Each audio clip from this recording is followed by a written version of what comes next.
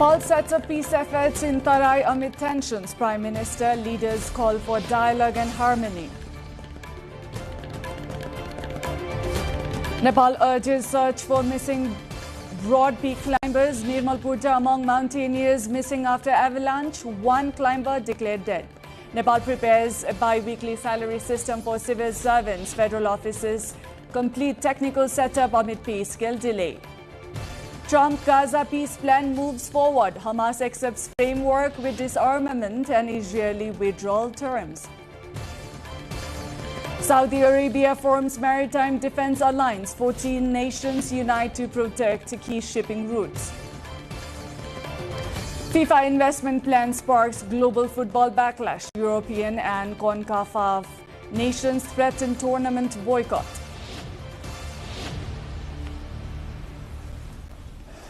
Good evening, I'm Diksha Awasthi and this is NTV World Primetime News. We are coming to you live from Kathmandu at 1900 hours Nepal time. Elsewhere it's 13:15 in London, 22:15 in Tokyo and just after midnight in Sydney. Now the news in detail. Nepal's Prime Minister Balendra Shah says the government is working systematically to restore peace and protect lives and property following recent unrest in Nepal's southeastern Tarai region, including Sunsari district. During a meeting with lawmakers from the ruling Rashtriya Swatantra Party, he said all state agencies have been placed on high alert and urged the public to remain calm. The Prime Minister said the government's priorities are ensuring the safety of affected communities, conducting an impartial investigation and preventing the situation from escalating. He also said security measures at Nepal's border crossings have been strengthened while calling on lawmakers to return to their constituencies and help rebuild trust between citizens and the state. The lawmakers pledged to immediately engage with local communities and recommended continued dialogue with political leaders, civil society and community representatives to promote long-term peace and social harmony. Similarly, Prime Minister Balendra Shah also held talks with leaders of Madhesh-based political parties, reaffirming the government's commitment to preserving national unity and social harmony. The meeting comes amid tensions in parts of Nepal's southern Tarai region, including Sunsari district, where the government says it is working to restore stability. Political leaders urged the government to address long-standing issues in the region through regular public briefings, stronger community engagement, and improved capacity for security forces. They also called for a timely investigation into the Sunsari incident and for the implementation of previous agreements made with Madhesh-based political groups. Participants described the discussions as constructive and expressed hope that continued dialogue would help ease tensions and address the region's long-standing concerns. उहाँले तुरुन्तै र्याट्स Tim गठन गर्नुपर्छ त्यो चाहिँ प्रधानमन्त्री कार्यालयमा यथावत राख्नुपर्छ पर्मानेन्ट रूप ताकि यस्तो खालको घटना कतै पनि भयो भने त्यहाँ चाहिँ 5 दिनसम्म लास चाहिँ राखिराख्ने होइन त्यो 3 घण्टा भित्रमा वार्ता सम्झौता के हुन्छ पुर्याएर के माग हो त्यसलाई पुर्याएर तुरुन्तै 3 घण्टा भित्रमा त्यो लासलाई व्यवस्थापन गरेर रफादफा गर्दै नभए त्यो जति दिन कुर्यो त्यति नै यो समस्या के हुन्छ विकराल भएर अरु जिल्लामा फैलिने सम्भावना हुन्छ त्यसका अलावा पनि अरु सुझावहरू हामीले चाहिँ दिएका छौं सबै पक्षको सहयोग लिएर प्रधानमन्त्रीजी सरकार चाहिँ यो साम्प्रदायिक दंगालाई रोक्नु पर्यो यो मान्छेबाट डराउने अवस्था समाजमा आउनु चाहिँ देशको हितमा होइन समाजको हितमा होइन हामी नेपालीको हितमा होइन यो सामाजिक सद्भावलाई कुनै पनि हिसाबले चाहिँ हामीले मेन्टेन गर्नुपर्छ कायम गर्नुपर्छ Rashtriya Swatantra Party President Rabi Lamitane has met Hindu and Muslim religious leaders to discuss ways to preserve social harmony following recent unrest in Nepal's Tarai region. The religious leaders stressed that Nepal's long tradition of religious tolerance and mutual respect must remain the foundation of national unity. They called on the government to conduct impartial investigations into incidents in Sunsari, Siraha and other affected districts, while ensuring justice, compensation, and medical treatment for victims. Muslim leaders also emphasized that no religion promotes hatred or discrimination and said safeguarding social harmony is a shared responsibility.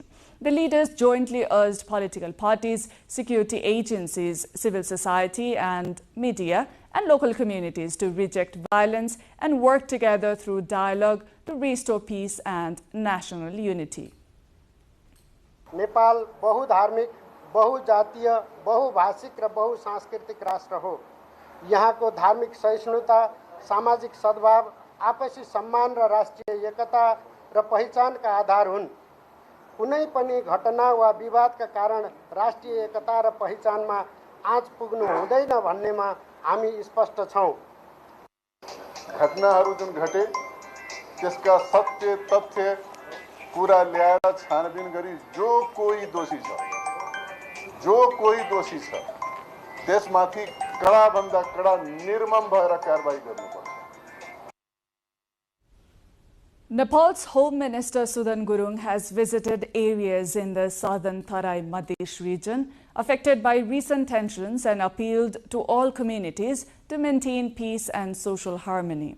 During the visit, he addressed security agencies to increase surveillance, including the use of drones in sensitive locations, to closely monitor the situation. The Home Minister also instructed authorities to take legal action based on evidence against anyone found spreading rumors, inciting unrest, or attempting to disrupt religious tolerance and public order. He further ordered local administrations to take firm measures against those responsible for creating instability while ensuring peace and security in affected communities.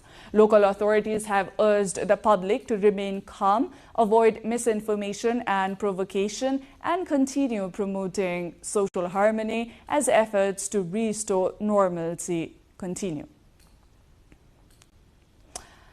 Kaptanganj in Devanganj of Sunsari, that became the epicenter of violence following a tussle between two different groups 3 days ago, has finally settled in uneasy calm. Home Minister Sudan Gurung, who reached the incident site Thursday evening, signed an agreement with the guardians of the victims of the incident, bringing the matter to a close.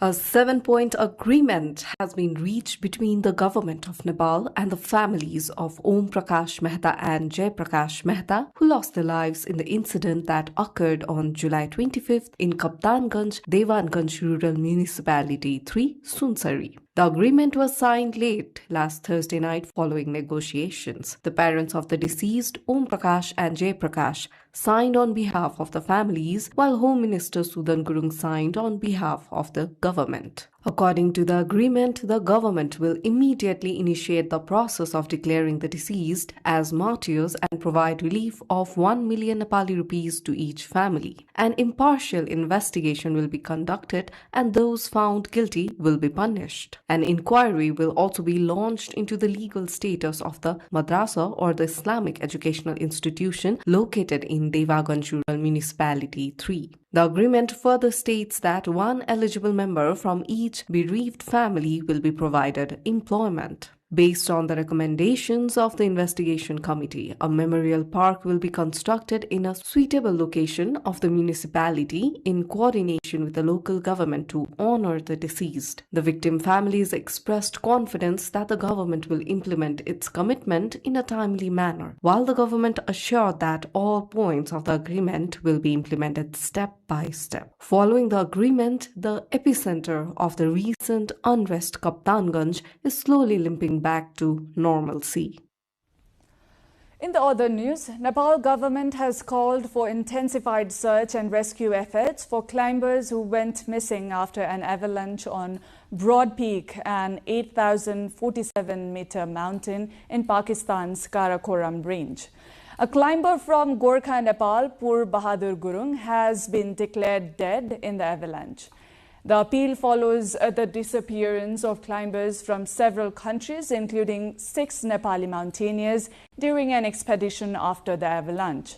Nepal's Ministry of Culture, Tourism and Civil Aviation says it is coordinating with the Pakistani government through the Nepali embassy in Islamabad to support the ongoing search operation.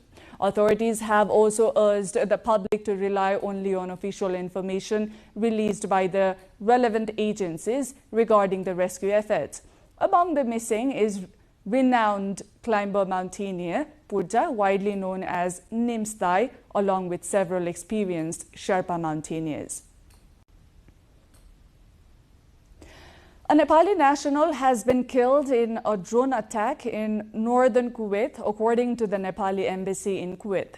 The victim has been identified as 44-year-old Somkumar Tamang, a driver originally from Teratum district in eastern Nepal, who died on Thursday. The embassy says it received official confirmation of the incident from Kuwait's Ministry of Foreign Affairs and expressed condolences over his death. Officials are coordinating with the relevant authorities to complete the necessary procedures and repatriate Tamang's body to Nepal as soon as possible. The embassy has also advised all Nepali citizens in Kuwait to follow the Kuwaiti government security directives and remain in safe locations amid the ongoing security situation. Now we are going for a short break here. More news coming up. Do stay with us.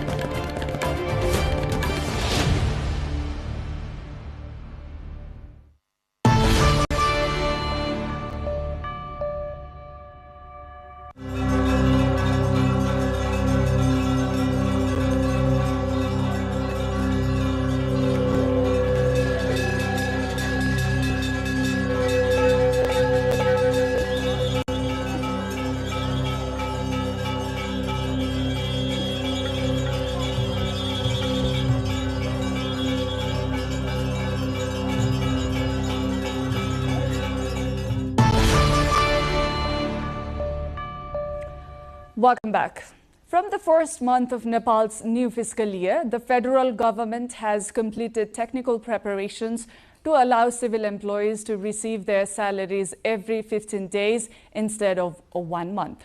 The system, which was previously tested at the Ministry of Finance and the Office of the Comptroller General, is now ready to be expanded across all federal government offices. However, implementation has been delayed because the government is still awaiting approval of a new salary scale following a recent pay increase, meaning employees did not receive payments under the new system on the 15th as planned. Officials say provincial government offices are expected to adopt the bi-weekly salary system after it is rolled out at the federal level. The reform has drawn mixed reactions from employees, with some preferring the previous monthly payment schedule, while others say receiving salaries every 2 weeks will make managing personal finances easier. Moving on, Nepal government has officially abolished the health and education parity fees that were introduced under the country's Economic Act. The Ministry of Finance announced the decision through a notice published in the Nepal Gazette, exercising its authority under the Economic Act 2083, the current Nepali fiscal legislation. The government says both the education parity fee and the health parity fee have been fully waived with immediate effect. Authorities have also ordered that any fees already collected must be refunded to those who paid them within 15 days. If a refund cannot be issued within the specified period, the collected amount must be transferred to Nepal's Federal Consolidated Fund, according to the official notice. Now, people across Nepal are celebrating Shravan 15, a traditional festival marked by eating kheer, a sweet rice pudding made with milk, rice, sugar and spices. The annual observance falls during the Nepali month of Shravan and follows another seasonal tradition of eating beaten rice with yogurt on Asad 15, reflecting Nepal's agricultural calendar. The National Dairy Development Board has officially designated the day as Kheer Day, with this year marking the 8th official celebration. Kheer is regarded as both a nutritious seasonal food and an important offering in Hindu religious traditions, where it is first presented to deities before being consumed. The festival also celebrates the completion of major rice planting activities and Nepal's peak milk production season, when families traditionally invite relatives and friends to share the festive meal.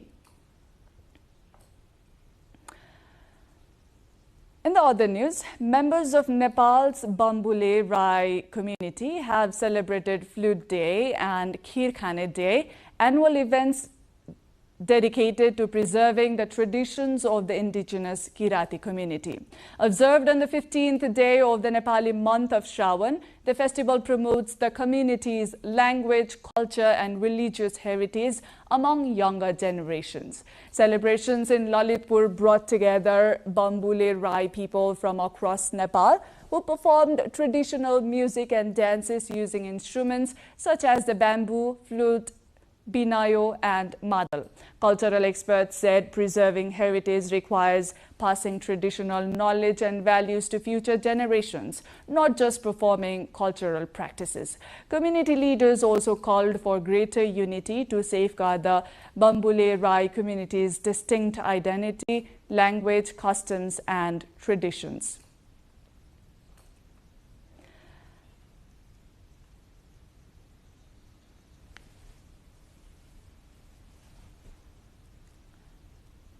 Moving on, Nepal's benchmark NEPSE index, which tracks share prices on the Nepal Stock Exchange, rose by 12.96 points on Friday to close at 2,685.54. The broader market recorded strong activity, with more than 8.85 million shares traded in transactions worth approximately 3.76 billion Nepali rupees. Market sentiment remained positive as shares of 180 listed companies advanced, while 82 declined and 13 closed unchanged. 11 of the market's 13 sectoral indices ended the day higher, reflecting broad-based buying across most sectors. Among the day's top performers were Everest Coal Limited, Lakshmi Value Fund and Joshi Hydropower Company, according to the Nepal Stock Exchange. We're going for another short breather. Stay with us.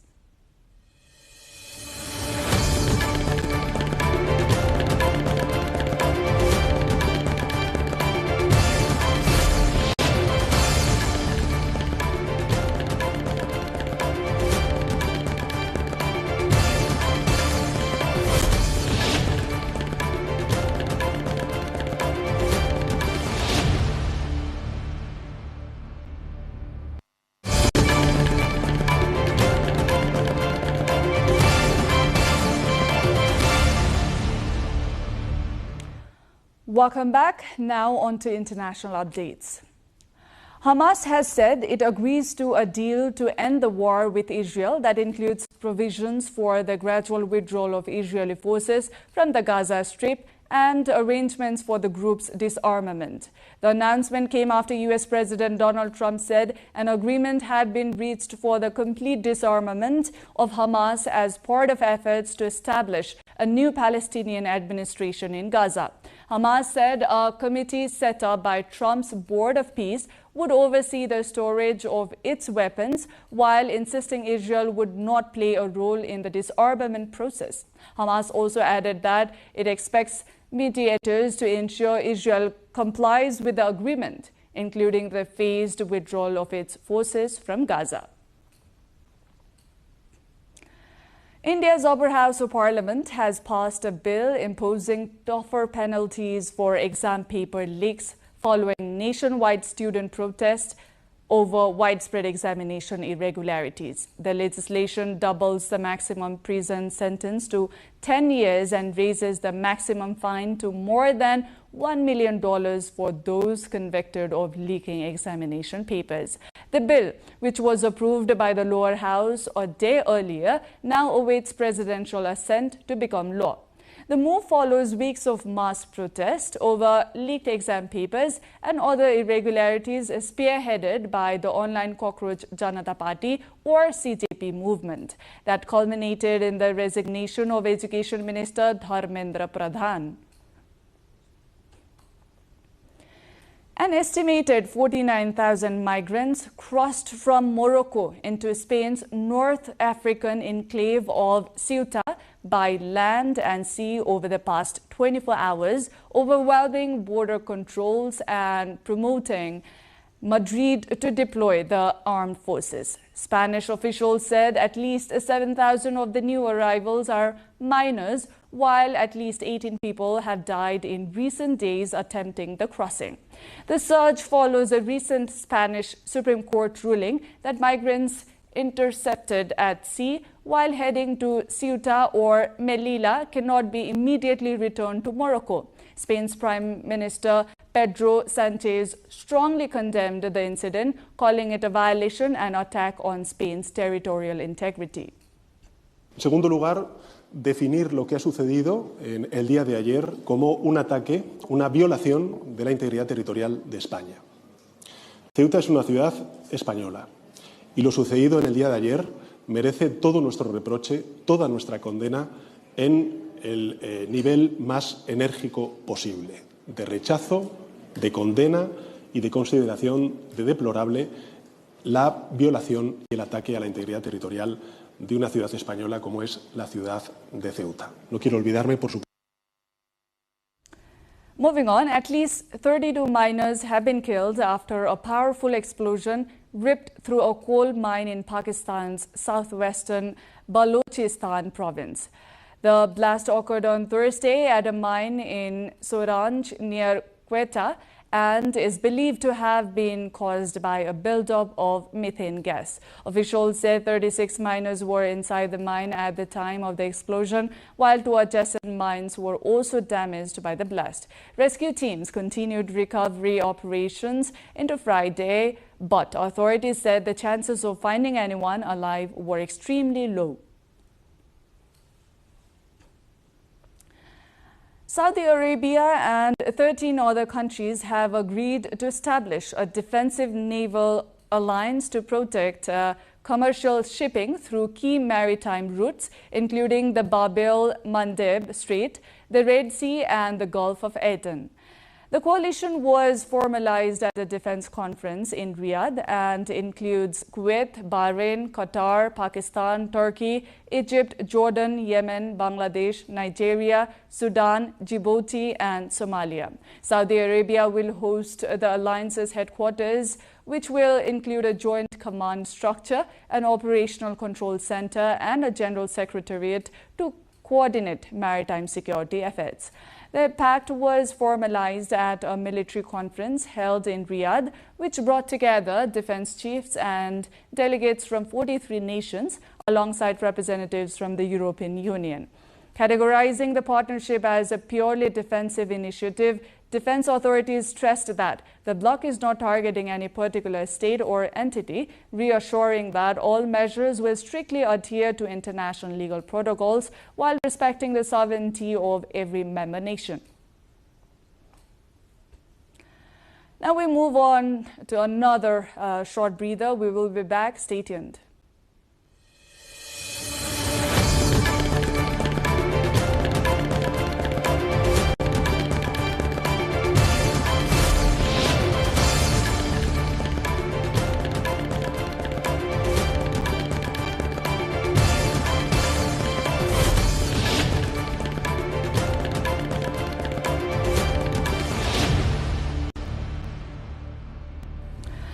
Welcome back. In the international front, flood conditions in India's northeastern state of Assam have begun to improve, but more than 212,000 people remain affected, with at least 80 deaths reported. As floodwaters continue to inundate 8 districts, the India Meteorological Department has issued a yellow alert, warning of heavy rainfall in several parts of the state that could hamper recovery efforts. Relief and rescue operations are ongoing, with 112 relief camps and distribution centers currently operating across the affected areas.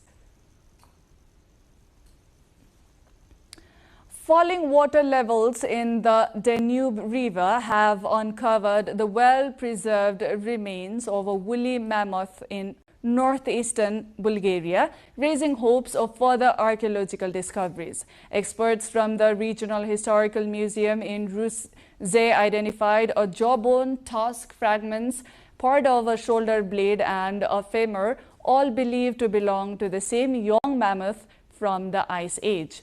The remains were discovered near the city of Ruse after being spotted by a local resident, as prolonged drought and successive heat waves caused the Danube to recede to record low levels in some areas. Woolly mammoths died out about 4,000 years ago. Museum specialists plan to conduct further searches at the site in the hope of uncovering additional remains.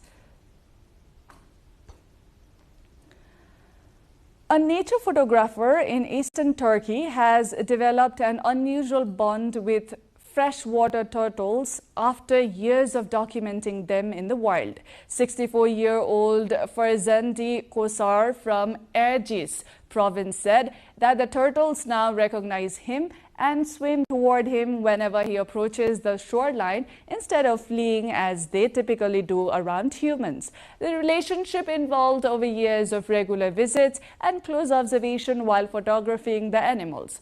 Kosar also hand feeds the turtles, strengthening the rare connection he has built with the local wildlife.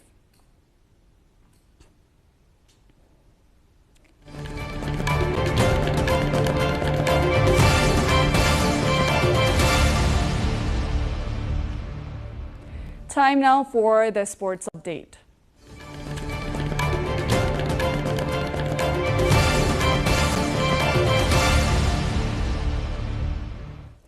"55 European football associations have agreed to boycott FIFA competitions if the world governing body moves ahead with plans to sell stakes in its tournaments to private investors. The decision was reached during an emergency meeting convened after FIFA publicly unveiled the proposal earlier this week. According to an international media, all 41 member associations of the Confederation of North, Central America and Caribbean Association Football, or CONCACAF, have also rejected the plan, backed by FIFA President Gianni Infantino.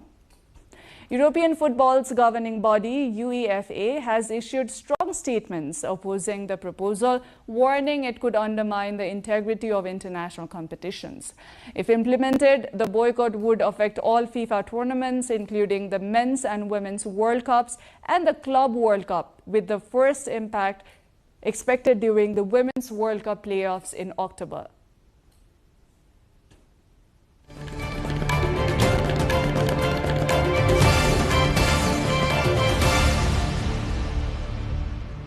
Before we wrap up the bulletin, let's head to the headline one more time.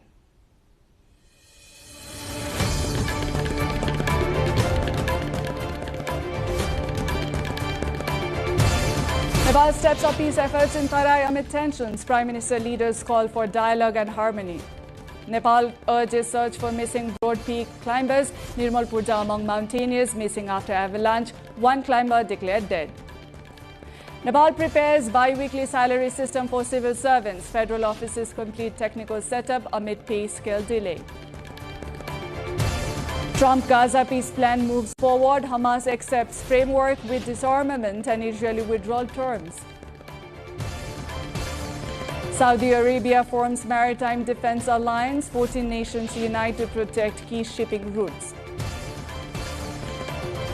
And FIFA investment plan sparks global football backlash. European nations threaten tournament boycott.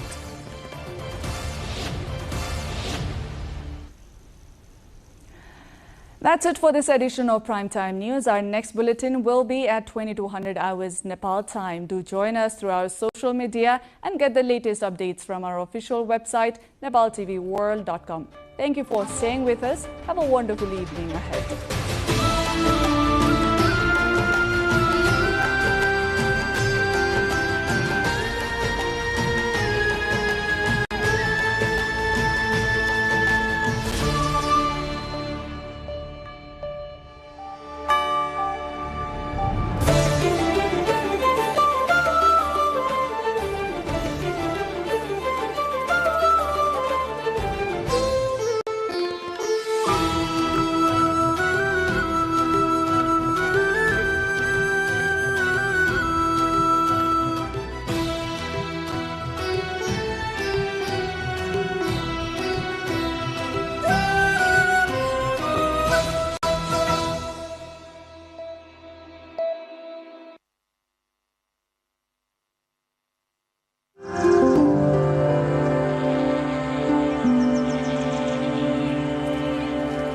Welcome to the Hinterlands on NTV World. This weekly show brings together stories from the hinterlands of Nepal, takes you beyond the cities and highways into the heart of Nepal's rural landscapes. I am Rosina Rai. Our very first story takes us to Kapilvastu, one of Nepal's most important archaeological sites. A remarkable discovery has recently come to light in this place, as nearly 2,500 ancient copper coins along with a copper vessel believed to date back to the 12th century were uncovered. Experts say the findings could provide valuable insights into the region's medieval history. A report. हामीले खोल्ने क्रममा छौं के कति कोइनहरु छ अनि यो coin चाहिँ विशेष गरी कोइनको भने चाहिँ अनुमान गर्दाखेरि चाहिँ मुस्लिम समयको कोइन हुन सक्छ यसमा चाहिँ 12औं देखि 13औं शताब्दीको अनुमान गर्न सकिन्छ. Another remarkable archaeological discovery has been made in Kapilvastu district. Around 2,500 ancient copper coins and a copper vessel of archaeological significance have been unearthed in Bhavani village of the district. The discovery was made while local farmers were planting paddy and noticed a copper vessel buried beneath the field. Following the discovery, a team from the Kapilvastu district police office and officials from the Kapilvastu museum in Tilorakot rushed to the site. In the presence of local representatives, community leaders, journalists and other stakeholders, the artifacts were formally recovered. Police said the recovered items are now being transferred to the Kapilvastu museum in Tilorakot, where they will be preserved and examined in detail. किसानहरुले खेती रोपाई गरिरहेको ठाउँमा पुरातात्विक महत्त्वको एउटा करुवा जस्तो देखिने वस्तु फेला परेको छ भन्ने हामीलाई जानकारी प्राप्त भएपछि उक्त स्थानमा गई उक्त वस्तुलाई रीतपूर्वक हामीले चाहिँ बरामद गरेका छौं र अहिले उक्त वस्तु आवश्यक संरक्षणको लागि कपिलवस्तु संग्रहालय तिलौराकोटमा पठाउने संरक्षणलाई पठाउने तयारी भइरहेको छ. The chief of the Kapilvastu Museum stated, although detailed research is still underway, an initial assessment suggests the coins may date back to the 12th or 13th century. The discovery is expected to offer valuable new insights into the history of the ancient Kapilvastu region. The artifacts and coins will now be preserved at the Kapilvastu Museum in Tilorakot for the further study, conservation, and archaeological research. Next, we head to west part of the country, to Dang, where excessive extraction of riverbeds from the Rapti River is creating serious concerns for local farmers. Residents say unregulated excavation has changed the river's natural course, reducing water flow into irrigation canals and threatening agricultural production.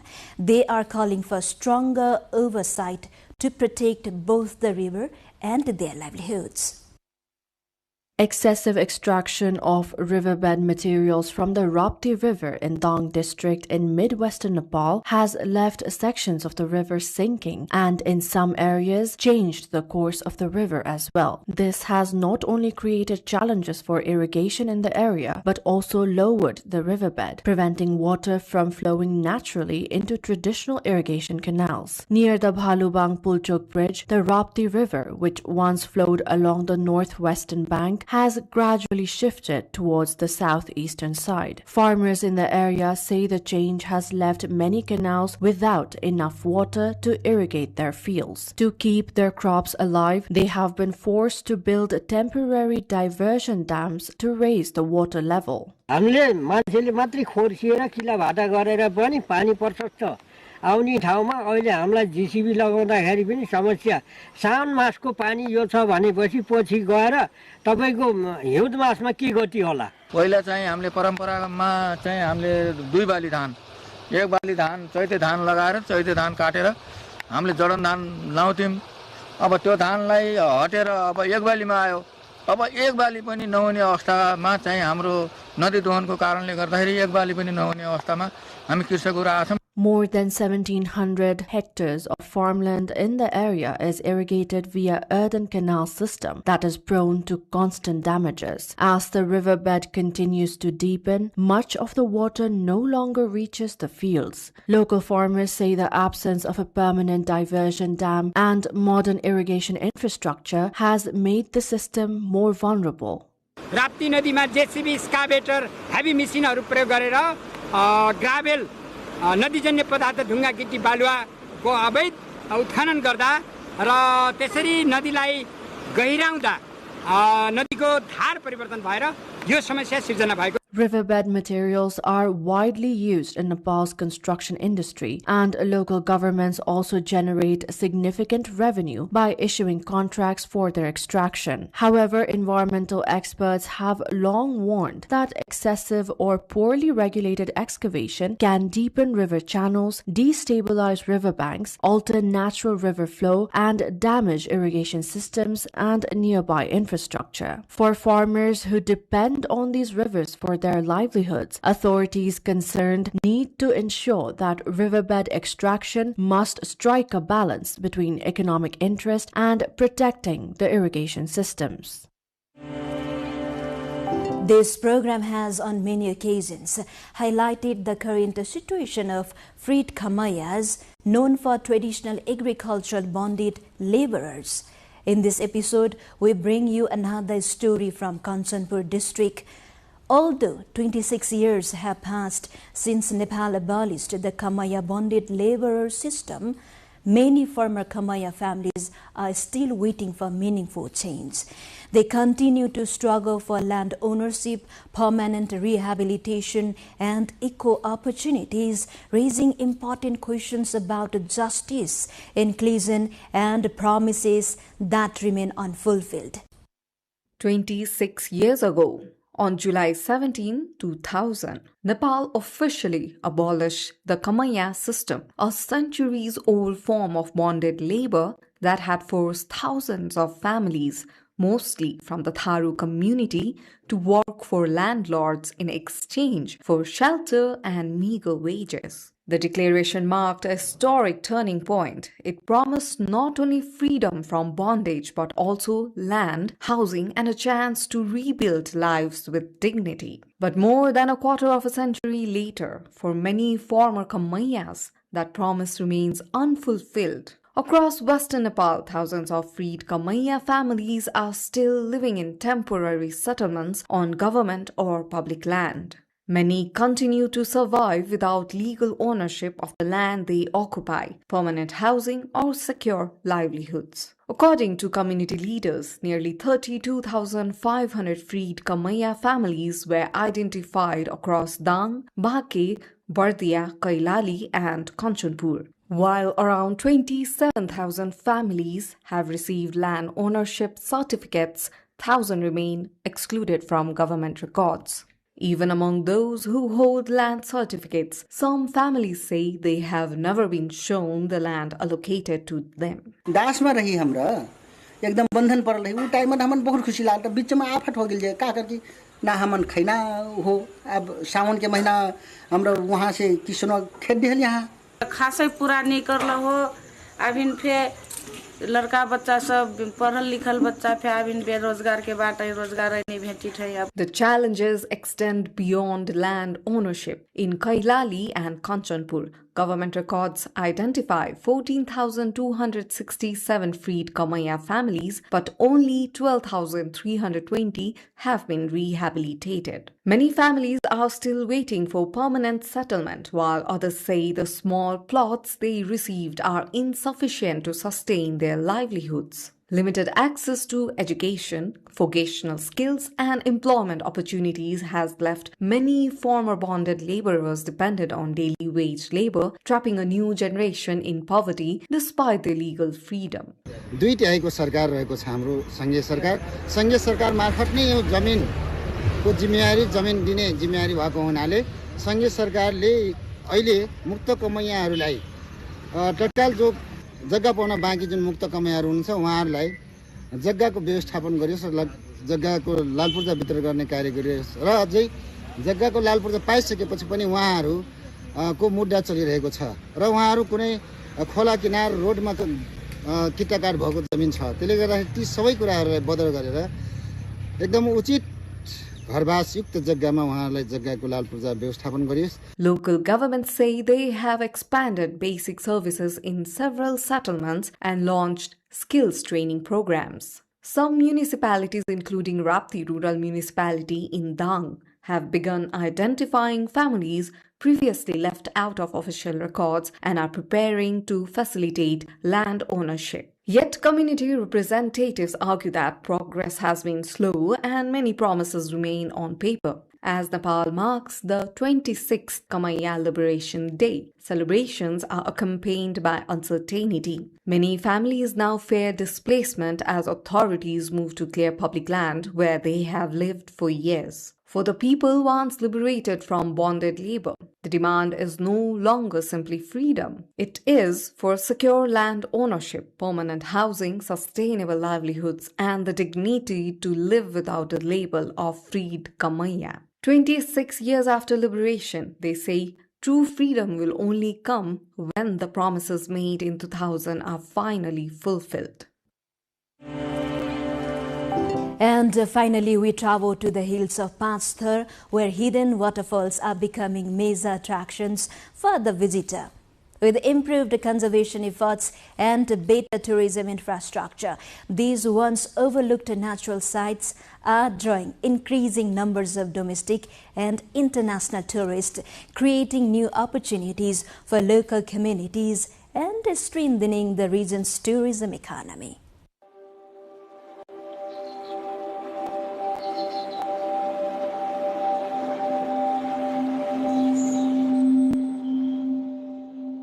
From forgotten cascades to crowded viewpoints, Panchthar's waterfalls are now paying the district back. While naturally beautiful places remained overlooked, attractive waterfalls too had fallen into obscurity. More than a dozen striking waterfalls that have been flowing splendidly for centuries had been unnoticed in the district. Over the past 10 years, roads and bridges leading to these waterfall sites have been built by provincial government and the local level. And now tourists have started flocking to observe the waterfalls. झरना चाहिँ एकदम राम्रो अनि सुन्दर छ जहाँ अब टाढा टाढा तीर्थुम लगायत ताप्लेजुङ सबै ठाउँबाट घुम्न आइरहेको छ. स्थानीय तहको वडाको बजेटले यहाँ पुल राखेर अहिले निकै यसलाई व्यवस्थित बनाएको छ र यहाँ झरना मात्रै होइन यहाँ भिरमौरी पनि देख्न सक्नुहुनेछ. By developing waterfalls as tourist destinations, they have started becoming a source of income for local residents. Stakeholders have started increasing investment in promoting these natural waterfalls as tourist destinations by building infrastructure. Panawa Waterfall, Milung Waterfall and Mua Waterfalls are the district's tallest and largest waterfalls. Likewise, infrastructures are also being developed to reach many other attractions, including Battise and Indreni waterfalls.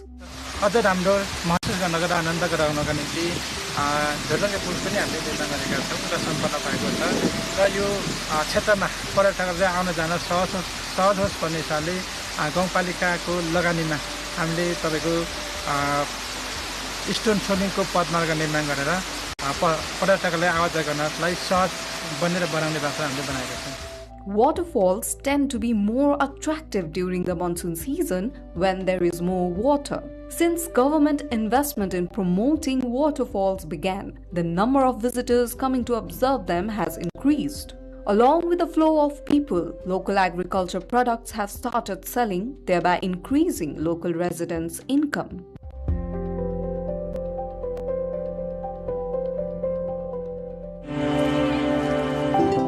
Beyond the cities and the headlines, real lives continue to unfold. Stories shaped by struggle, strengthened by resilience, and carried forward by hope. This is the Hinterlands, and we will come back next week with more stories from the heart of Nepal.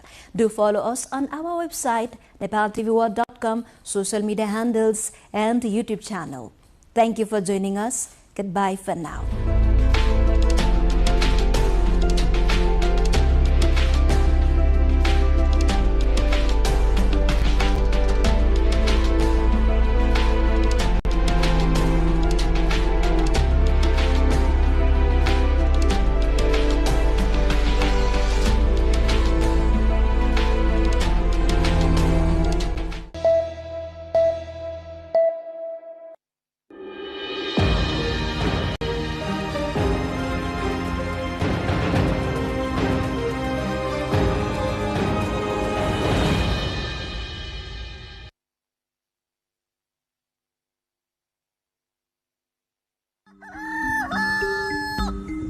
It's early in the morning at the Three Hills village at the wildlife reserve area known as Burunge at Babati district in Manyara region.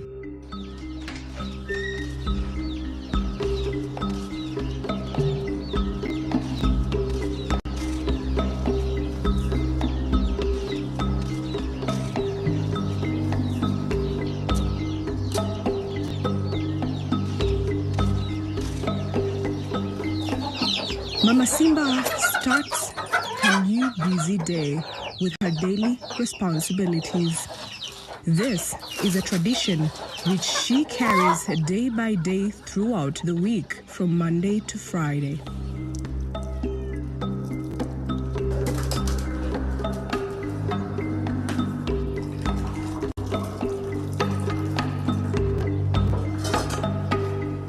After preparing breakfast for the children, Mama Simba walks the children to school. The school is about half a kilometer from their home. The availability of the community living at this area has managed to create the cohabitation, interaction between wildlife and humans. Mdori Primary School is one of the schools that have benefited with various development projects of which are a product of tourism revenue at the Burunge area. Not only within the education sector, such as schools alone are benefiting from the tourism at the community living within the wildlife reserve area at Burunge, but also health sector, of which both sectors cater social services.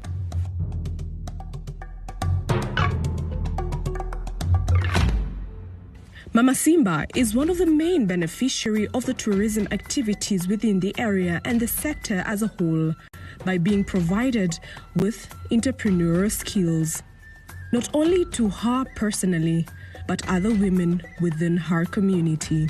All these efforts have been delivered by the investors who had rented the touristic areas within the wildlife reserved area at Burunge, so as to make sure that the community within the area do benefit through the investment. I've benefited a lot, I can say, through tourism as a whole.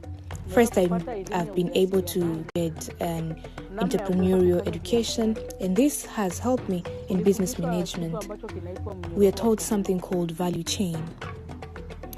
The value chain is where it starts and where it ends. So we have been able to get that education, and this has helped me a lot on the business side.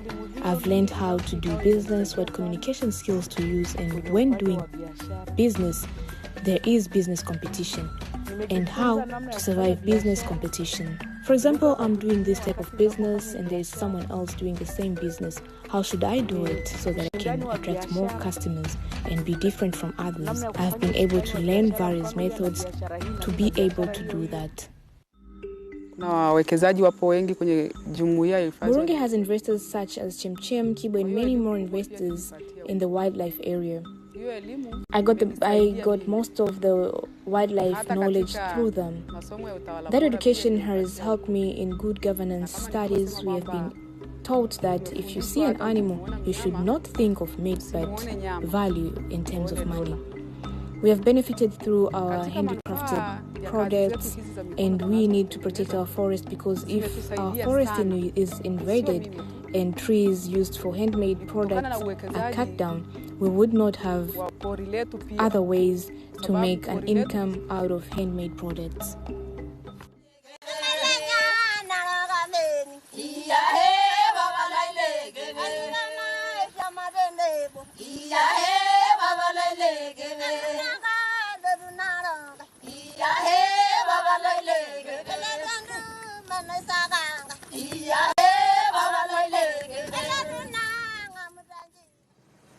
Investment of various business activities within Burungi area has helped out in charting ways for the employment market, especially to youth and local traditional groups in entertainment and creativity. Mama Simba is one of the group member and a leader of the traditional dance group and arts known as Chemchem. And this involves the Maasai and Wambungwe, who are the natives within the area. In order to make sure that the environment of the natural habitat and wildlife, that is flora and fauna, to spearhead sustainability to the community and the wildlife to the present and future generation, the Tanzania Wildlife Management Authority Tower have put much effort and emphasis in offering educational in environmental conservation in collaboration with the Wildlife Management Area WMA, the tourism sector stakeholders, together with the community around the area.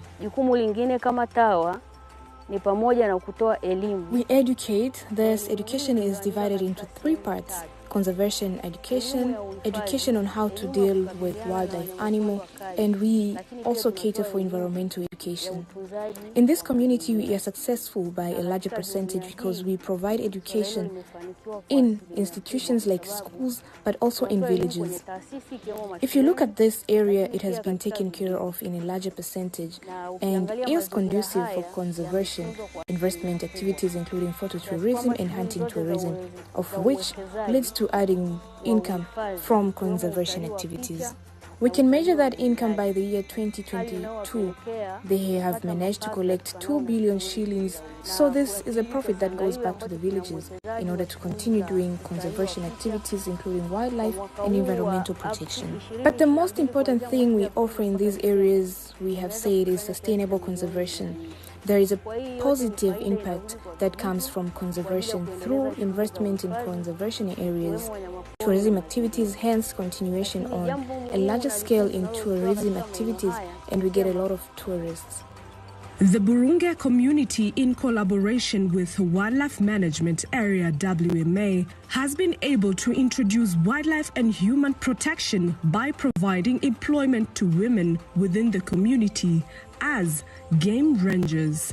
The game rangers do patrol within 24 hours so as to ensure the tight security, hence all illegal conduct within the managed and conserved area for wildlife is prevented, and at the same time the wildlife animals do not invade the human area and destroy their crops and livestock. Kazi hii imenipatia ufanisi mkubwa. This work has given me tremendous success. I've been able to educate my child, build a house, and doing various social activities. I advise my fellow women to do this work, to love it, and to do it with confidence. We help the community in protecting of their properties. For example, we do patrol work, we protect the crops and help people chasing away wild animals that destroy their properties. Secondly, we are protecting against poaching in this area of Burungu wildlife management. We are assisted by villagers in getting various information to prevent poaching. We do follow-ups on the information, and when we are satisfied with our investigation, we arrest the poachers and take them to the law enforcement agencies. I advise fellow women to love this work, appreciate it, and do it wholeheartedly.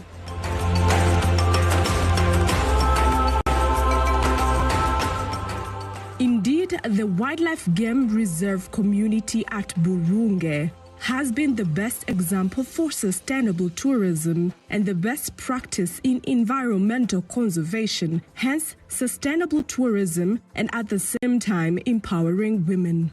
The participation and involvement of the community in environmental and wildlife conservation has been the game-changer spirit in ensuring the illegal conducts like poaching, wildlife trafficking, environmental and agriculture crop destruction is put to an end. The community at large has been able to benefit and access social welfare such as good schools, health centers, and economical boost through the tourism sector. Sustainable tourism for present and future generation. Our heritage, your heritage.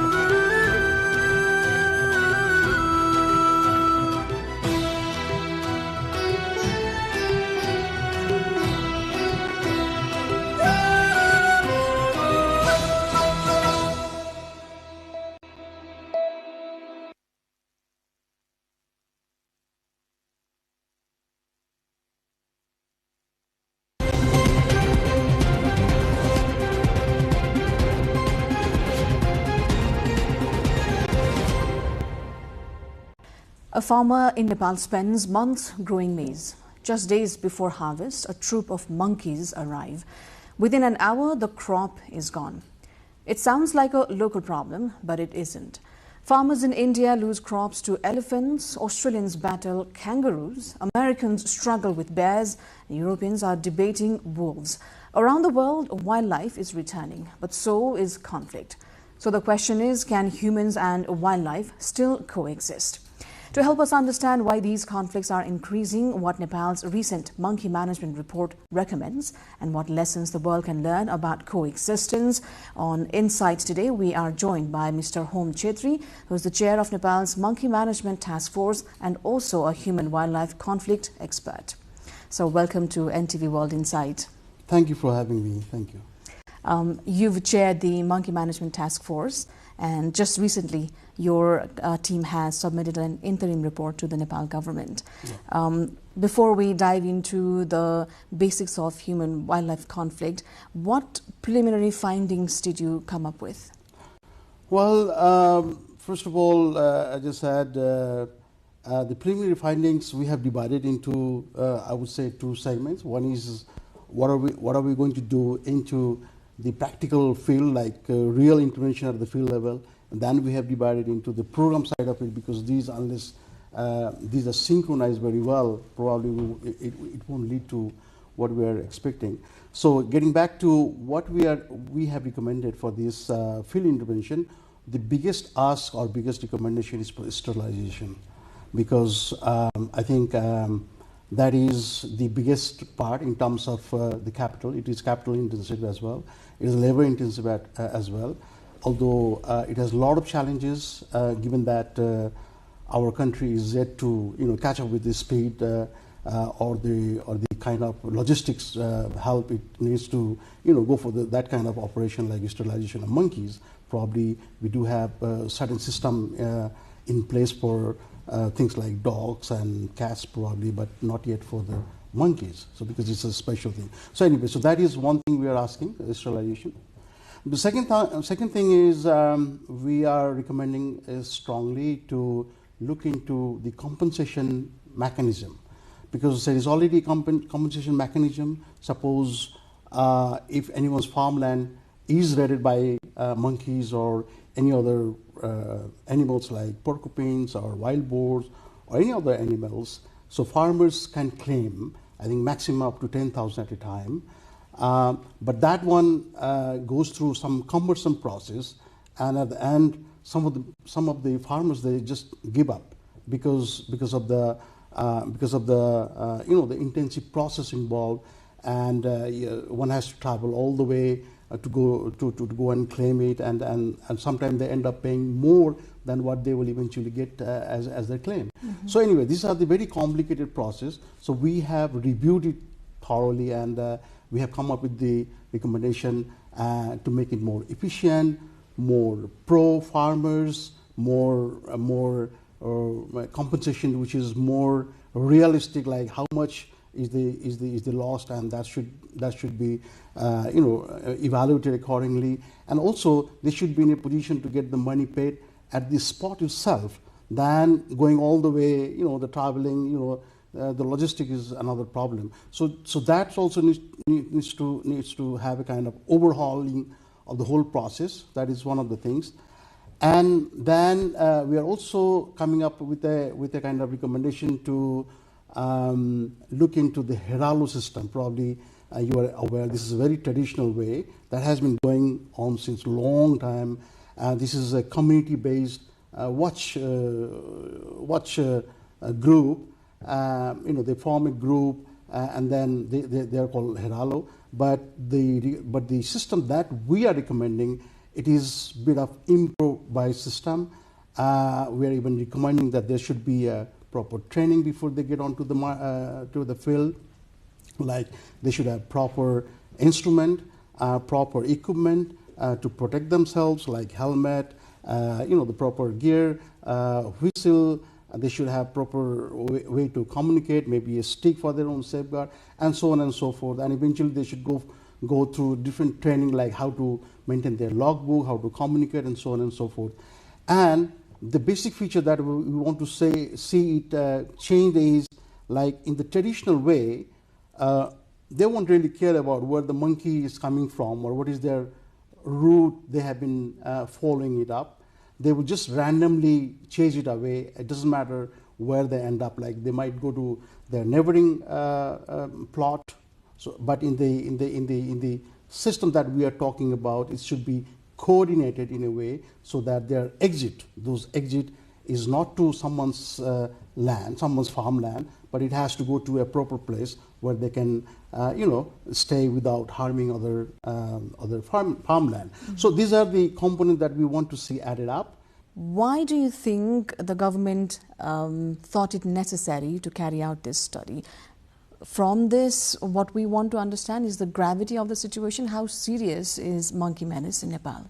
Right. The government, this situation was there, and there was a lot of talk on ritual basis every year in parliament, in what do we call Chiabati, from Chiabati with tea shops to whatnot, right?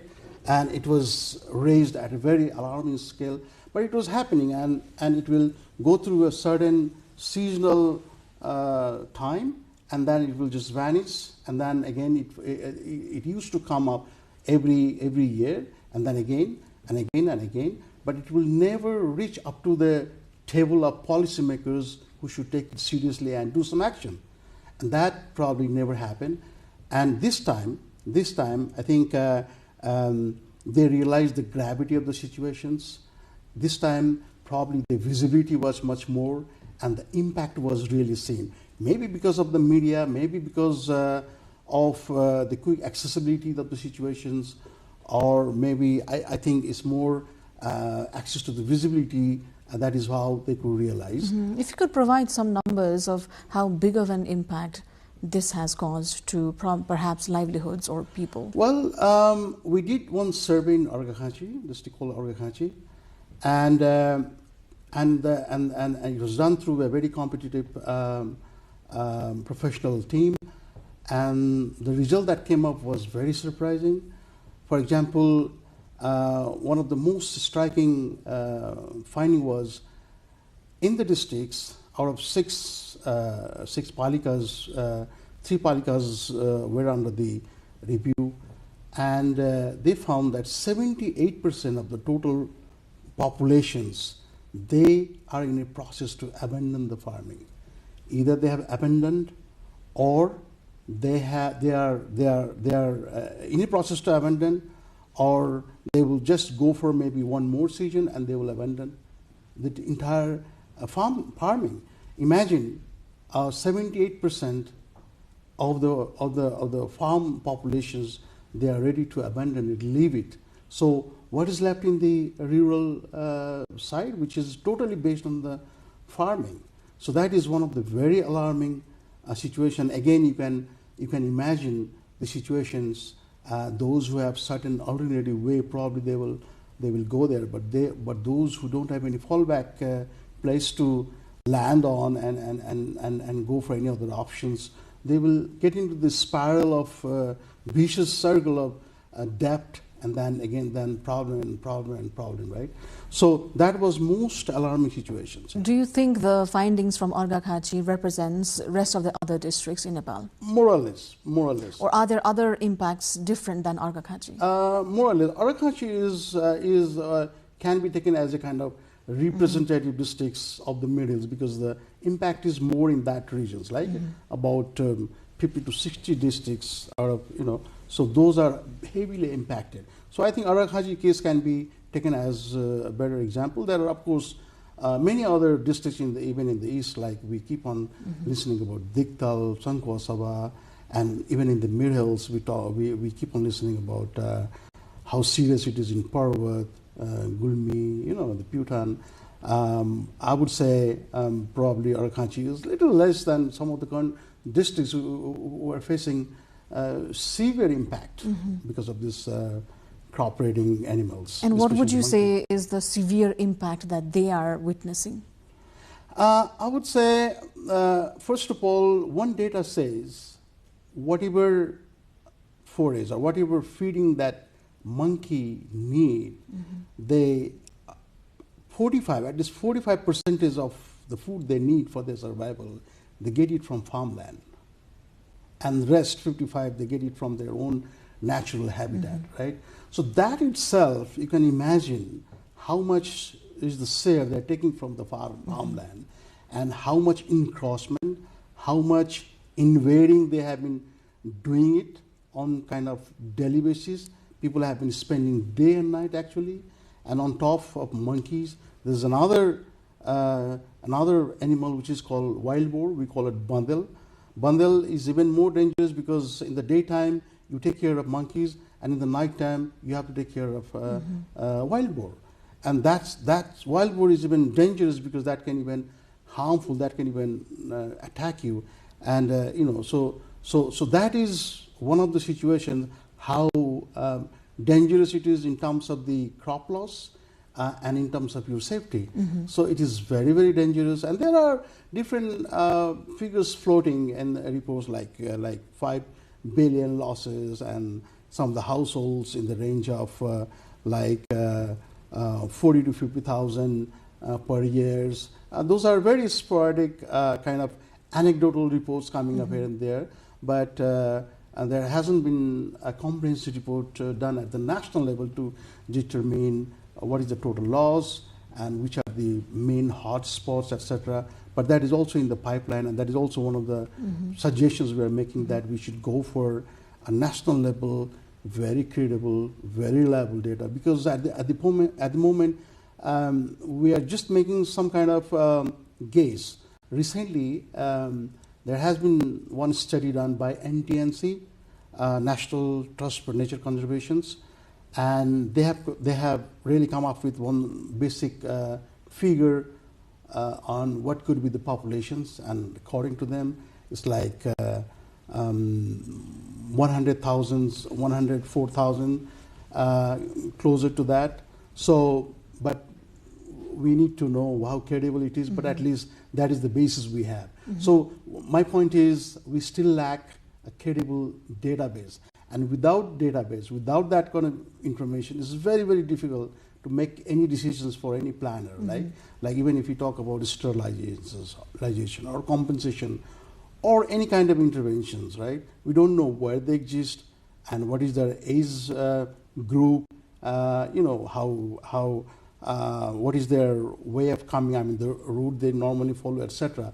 So it's been a bit of dilemma for the planners to pinpoint where the problem is and how to hit it. So that's also in this in our recommendations to make sure that government comes up and builds a very solid way to form a credible data.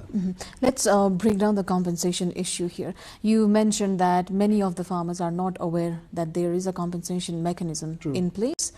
The process can be cumbersome for some, which discourages them to access the compensation itself. But what does the compensation package look like, and how can farmers access it?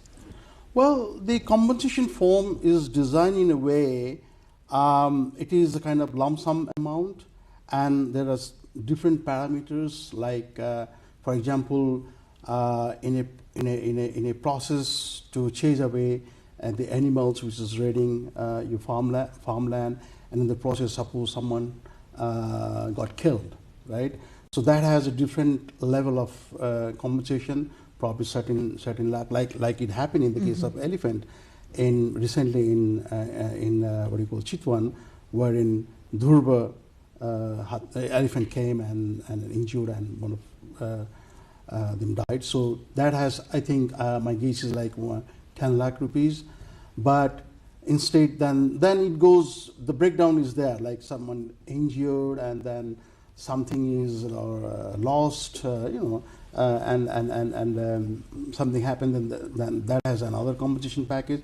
But in general, suppose certain crop is destroyed, maximum is 10,000 rupees, and only one time in the whole year. So that is the main package they have. But as I said, it has certain challenges to claim and get it. Suppose if you are nearby, let's say in Bardia, and if you are adjacent to the Bardia, any authorities who are responsible to claim, that's fine. But imagine someone is living far away and they have to travel all the way from Arakachi or Gulmi or Putan, coming all the way Bardia, and then who knows, the household may not have young persons to travel and take care of the filling of the form, etc., etc. So there's a bit of a cumbersome process which people they prefer rather to give it up than actually make a struggle. How many points are there in place where farmers can go and apply for the compensation package? Is it not accessible through all the local levels? No. It is coordinated by district, what they call it, forest division. But the ultimate disbursement point is given to the different, I think, what you call forest divisions. So it is not entirely up to the district level. So that's where the problem lies. But our recommendation is that should be eliminated, that should be improved. People should get at the ward level, at the household level, and they should be able to even see and track their progress, like where their claim is, and has it met any kind of obstacles, and what is that? Do they need to submit any papers, or you know? And then someone can come and say, hey, you lack this kind of paper, why didn't you submit? You know, we want to see that thing is happening. So and these days, actually, if a portal, you know, like we see in Amazons or anything, like when your cargo moves, then you can see where has it come, has it made any kind of obstacle, something like that. So it shouldn't be that complicated, and our team has actually gone through it, and they have actually come up with some kind of sample, and it is doable, it is workable. So we are working on it, and at least we are suggesting to the government that this is the way it should be. Do we have crop insurance options available for it? Well, actually, no. That should have been very ideal, and we started talking about why it is not in place. But I think because then it's a commercial venture versus the problem this side. So I think most of the insurance companies probably they don't see much of the profit backs, which they can take it as their portion of some benefit. So I think there is a bit of caveat, and again, this is one of the best way, as you suggested, and this is also one of the recommendations. And if the government wants, and they can actually pull up all those resources, mainly the insurance thing, and they can make them work on it. Why not, right? Even the government can come in and announce some kind of flexibility. Maybe certain portions the government can chip in, and certain portions the communities, those vulnerable communities, they can also come forward. Maybe the ward or the province they're attached to, also they can come forward as a part of compensation mechanism to be part of it. So it is doable, but again, that needs a lot of coordination, and that is where we're also suggesting that when this task force exit, right, we have a very limited time, and before this tenure goes off, there should be very competent institutions taking over entire initiative. Otherwise, what will happen? The momentum, the traction that we have developed through whole process of coming up with the policy, that might die down very quickly, and ultimately the report can just rest in somewhere. So that's we don't want to do it. And so, if any institutions, competent institutions, they come forward and take it up, and this insurance things plus other things, it can be taken up seriously. It shouldn't be a big deal, actually. I mean, at least that is how the team sees it. Now, is the number of monkeys the main problem, or are we not being able to manage it? As you earlier mentioned, that this has been something that has stayed for many, many years. Are we not seeking for alternatives to managing the numbers? Number may not be an issue. As I said, just 100,000 or little more than 100,000. So number is not an issue, but the coordinations, as I said earlier, there are different mechanisms in place, the government, the communities, the different institutions, and even the government itself at the district level, at the ward, at the Palika level. If all these forces are put together, and if there is a clear demarcation of who should do what, and how they should channelize the whole resources which is needed to take care of this monkey problem or any other problem. Then the number is not a problem.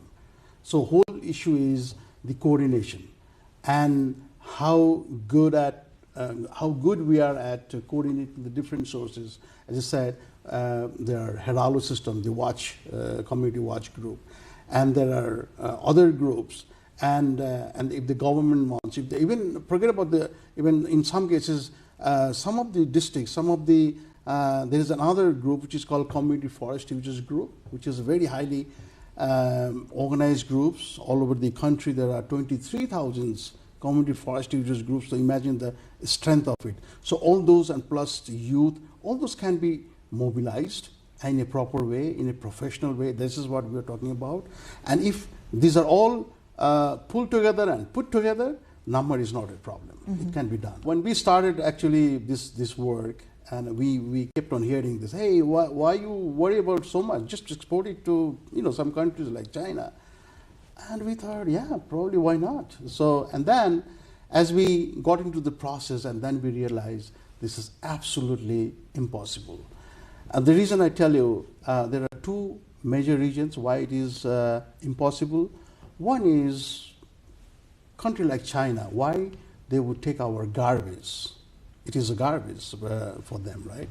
And because they would need only for two reasons. One is for their pharmaceutical business, and probably the second reason is, although very cruel, probably for the delicacy purpose, they want to eat it. But the problem is they cannot take our monkeys straight to their pharmaceuticals department, let's say, because our monkeys are wild monkeys. They're full of disease, full of genetic disease, and obviously they cannot deal with that wild monkeys, whereas they want to experiment the vaccinations, the medicines, and they want a very pure, very healthy one. And even to get a healthy one, that means it has to be in a proper farm, which has gone through strict protocol of quarantine, healthy process, etc., which is again a lot of logistic things to encounter, right? And then only they will take not only the first generation of farm monkeys, probably they will prefer the second or third generation, just to make sure they are very clean and they are very, very good candidates to apply their vaccines and see how it works. So in our case, it's not possible. So that is the main reason we cannot think of exporting. For that, I think there's also an ethical concern attached to it. Yeah, sure. I mean, like ethically is like if they are going to take it as for delicacy. Again, that's a cruelty, and obviously there comes ethical. Even for vaccination, we don't know, but at least we know that it has gone for a good purpose. But I don't know how they will deal with it. But at least there is a reason. But having said that, that's also where the private companies can link up. Meaning, like for China, let's say China's demand for live monkeys is very high, right?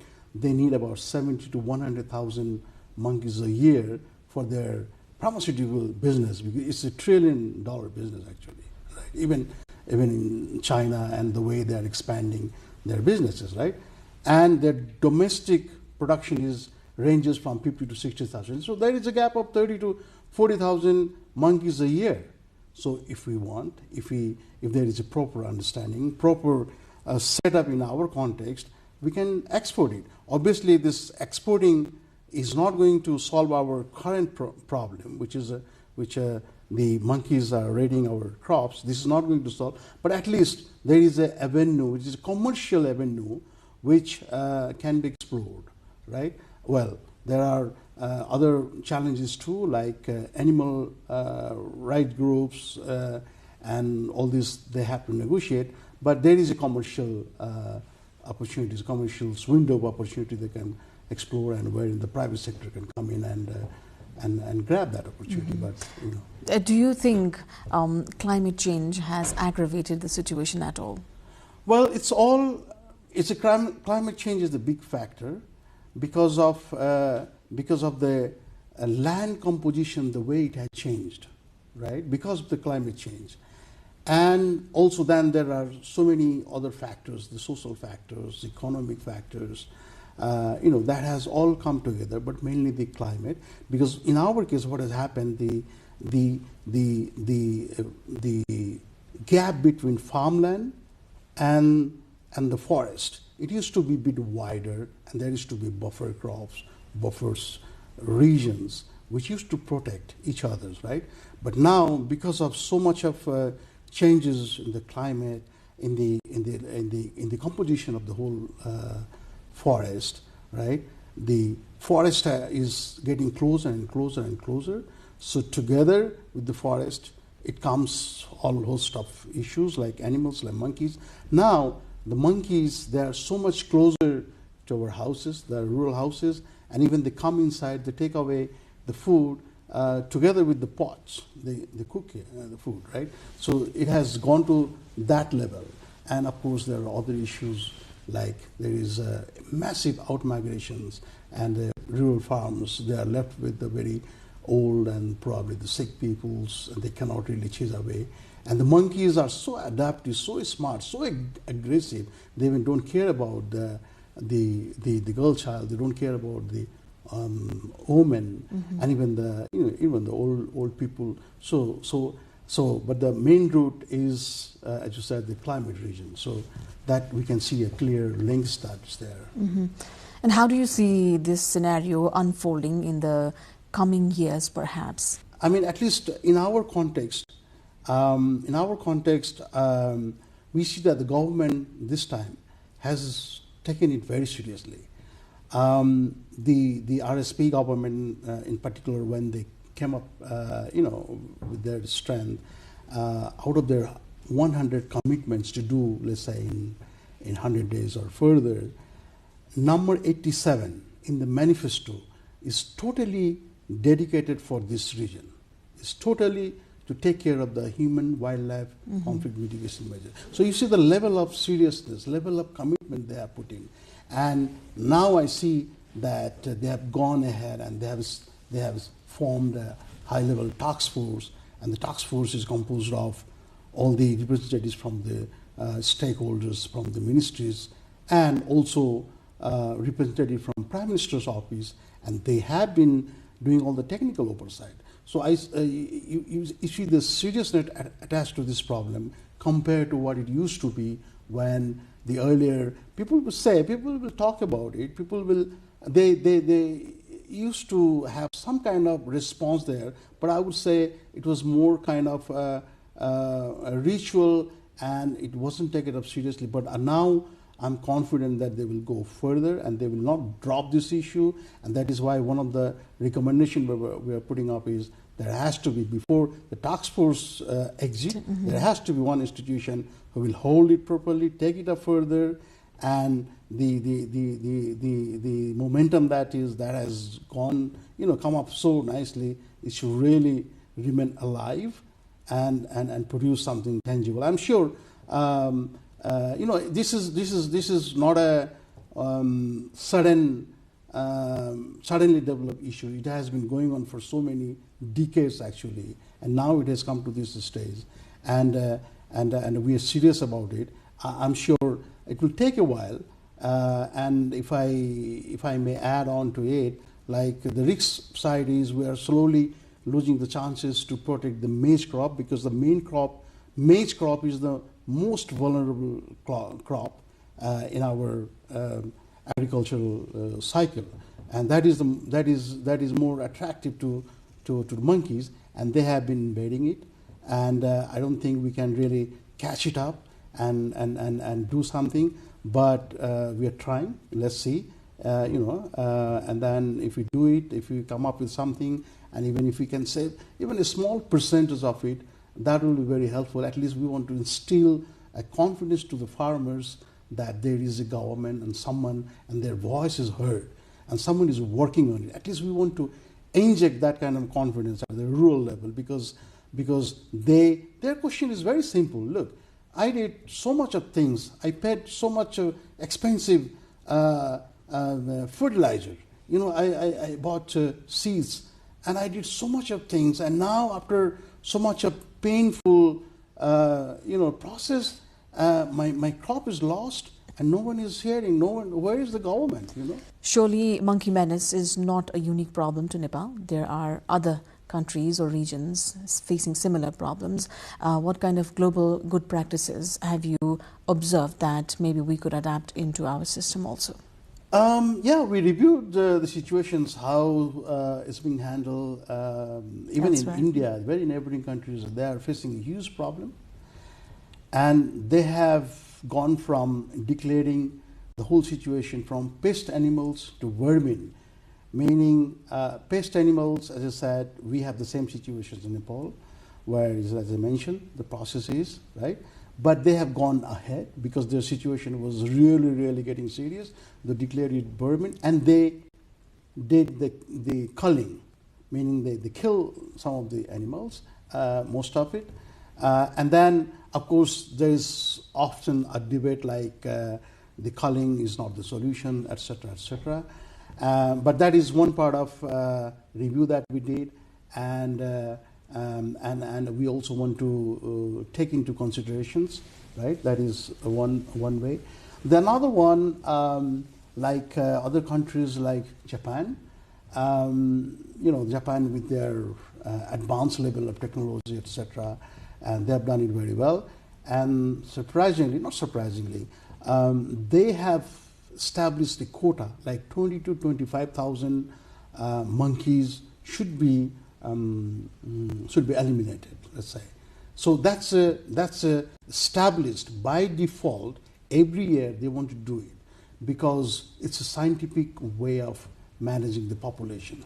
Probably out of their parameters, whatever they decided, and they came up with the figure that this figure, if it is eliminated every year, and the carrying capacity or the particular locations or particular places where they find it vulnerable to the monkeys, probably that particular solutions, if 25,000 monkeys are removed, they won't face that situation. Similarly, not exactly the monkeys. Let's talk about kangaroo or wallaby in Australia. Kangaroo is an icon animals in Australia, but what they do, the moment it goes above the threshold, which is likely to be harmful for the safety and for the crop, for the farmers, it's already decided.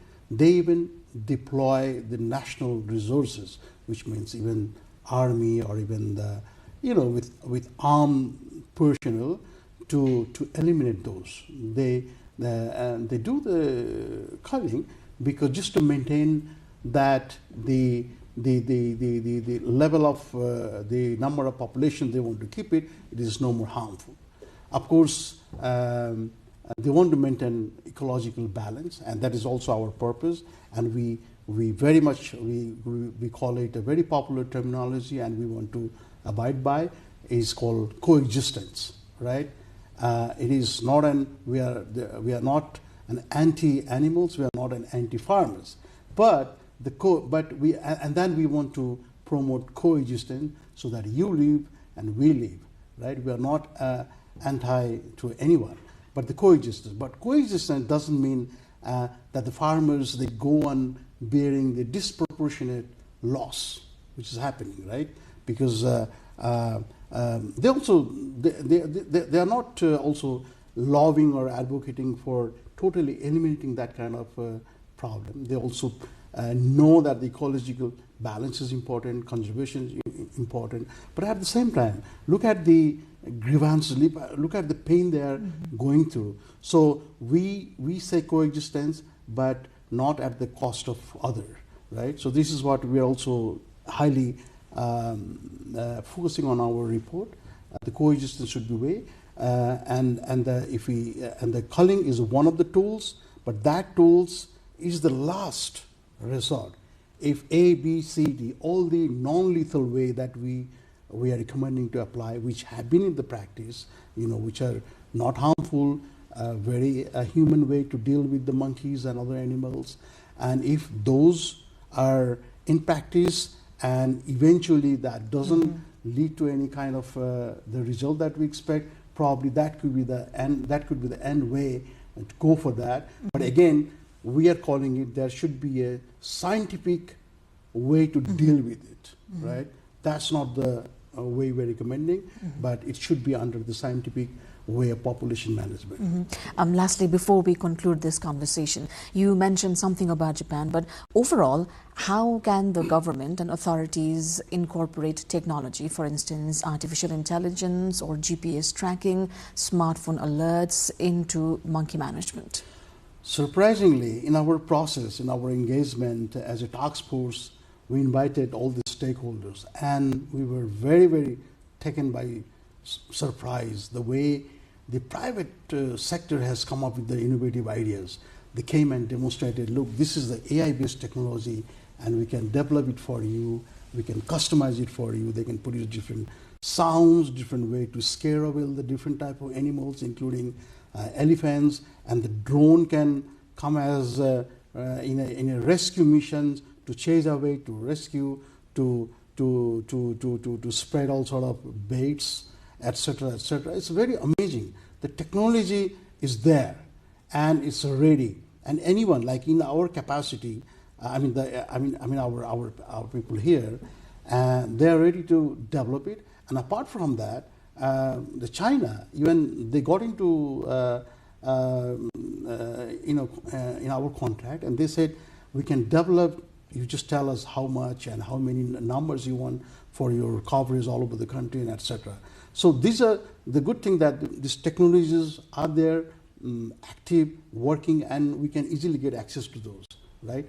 And as far as the technology which other countries are doing, like Australia or Japan, I think there is a way that we can really access to their expertise, and we can even reach out to them and find out how their system has been working.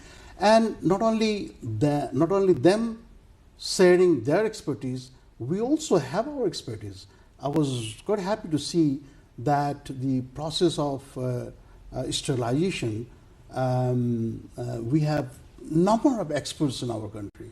Some of the experts, they went to Thailand to do the sterilization because he has that kind of expertise, and so does the the expertise like we have in the case of conservation areas like tiger management and so on. Like we have experts, and they go to India side, and they sometimes complement with their technical skills. So we have a lot of resources to pull in. As I said, all it needs is the proper coordination, and we can do it. Hopefully that will happen very soon. Thank you so much for your time and your insight. Thank you so much. Thank you so much for giving me time to express what we have been up to so far. Thank you. And thank you as well for staying with us on the show. Until next time.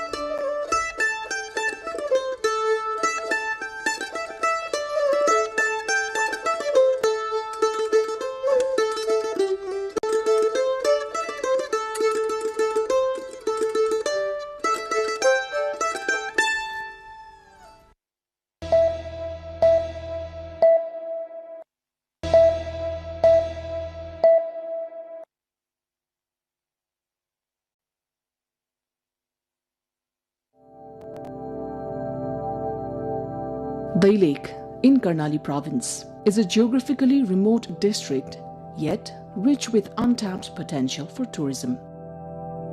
Stepping into Dai Lake, celebrated as a treasure trove of Khas art, culture and heritage, brings a unique sense of joy.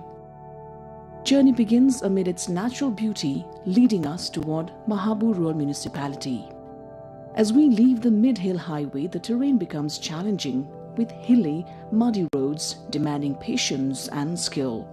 Long lines of vehicles crawl carefully along the cliffs, reflecting both the difficulty of the route and the enduring devotion of Mahabur Dham. Many travelers choose to continue on foot, advancing step by step toward their destination. Passing through Channa, Dasarathi, Okharbanz, Bhavsaini, Noli and Unipata, pilgrims ascend the slopes toward Lisni before finally reaching Mahabur Patan. Pilgrims from Dai Lake and nearby districts often arrive late at night, having begun their journey the previous day. The path to Mahabur Dham is thrilling, adventurous and breathtaking, made even more dramatic by the steady rain, drifting fog and steep inclines. Yet the journey itself feels uniquely rewarding.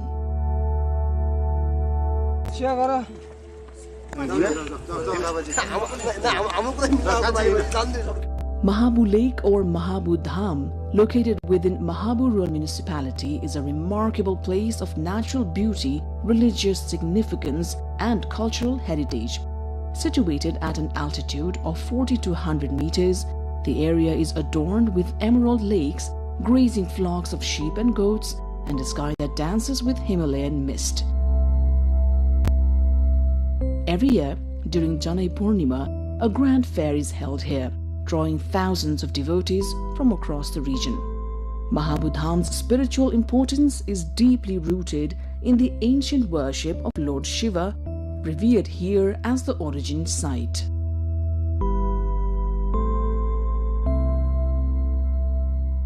From Mahabur Lake, visitors can enjoy magnificent views of Api and Sai Palhimal, and on clear days, even the plains of Bardia. Given its religious importance and natural splendor, Mahabur Dham holds immense potential as a religious tourism destination. Improving the rough, narrow access roads is essential for supporting this growth.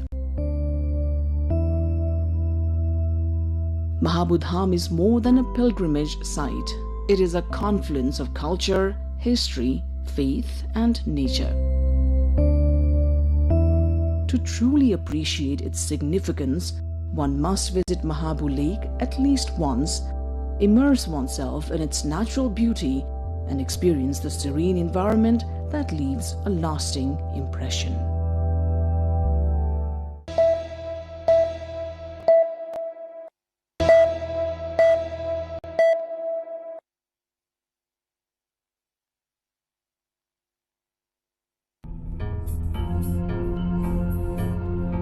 Annapurna Circuit Trek features in world's 10 best destinations and adventures. The trekking circuit is the choice of many trekkers as it offers both adventure along with mesmerizing view of mountain ranges. Arguably the best trekking circuit in the world, travelers get up close with dozens of mountains including the Annapurna, Dhaulagiri, Nilgiri.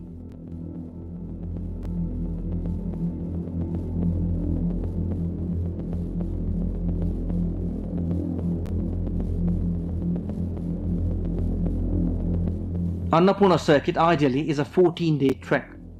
The circuit passes through Lamjung, Manang, Mustang and Myagdi district, including Thorangla Pass as the highest point.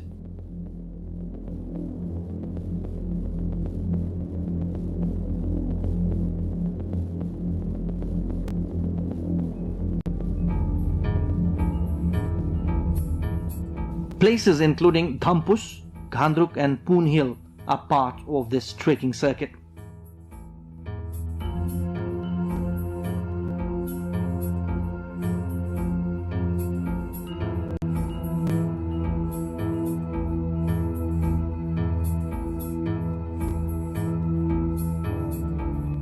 The revered Muktinath shrine is also part of the circuit.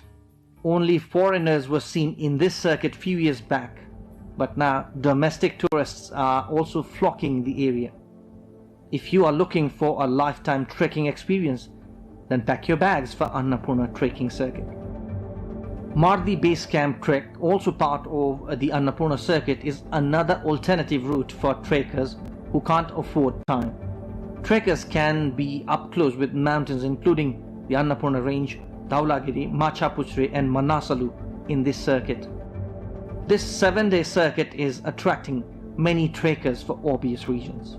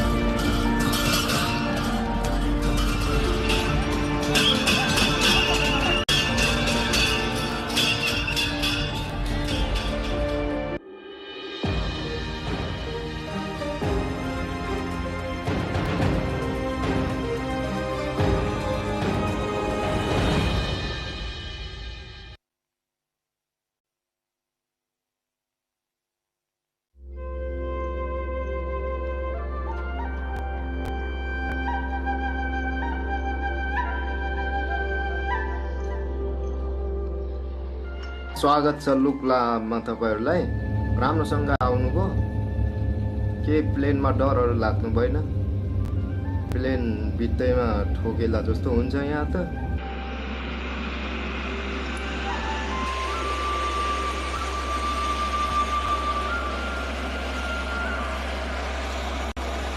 At an altitude of 2,860 meters, Lukla is the starting point of arguably one of the best trekking routes in the world, up to the Mount Everest base camp, finishing above 5,400 meters.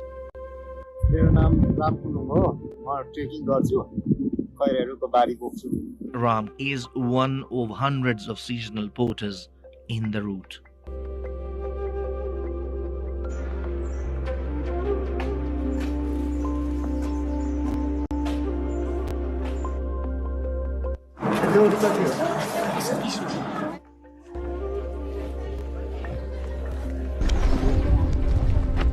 ल दाइ गएको ल गएको है ल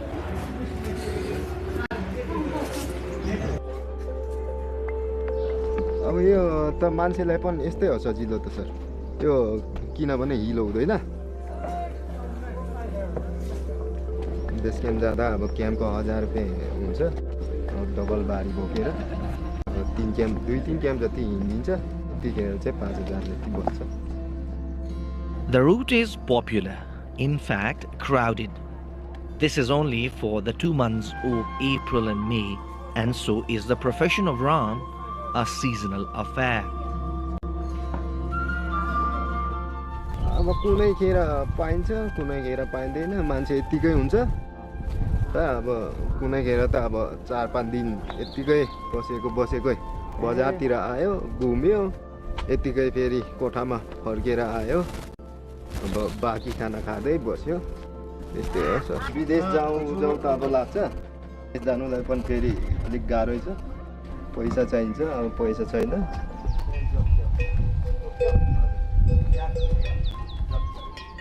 त्यो पेसामा पढाइ चाहिँ पुरुषहरू नै हुन्छ महिलाहरू पनि आधी उधी हुन्छ. बिहानदेखि कहिले अब घाम लागिरहन्छ एकछिनमा यस्तो बादल आइहाल्छ डुममा भइहाल्छ. यहाँको मौसम यस्तै हो सर.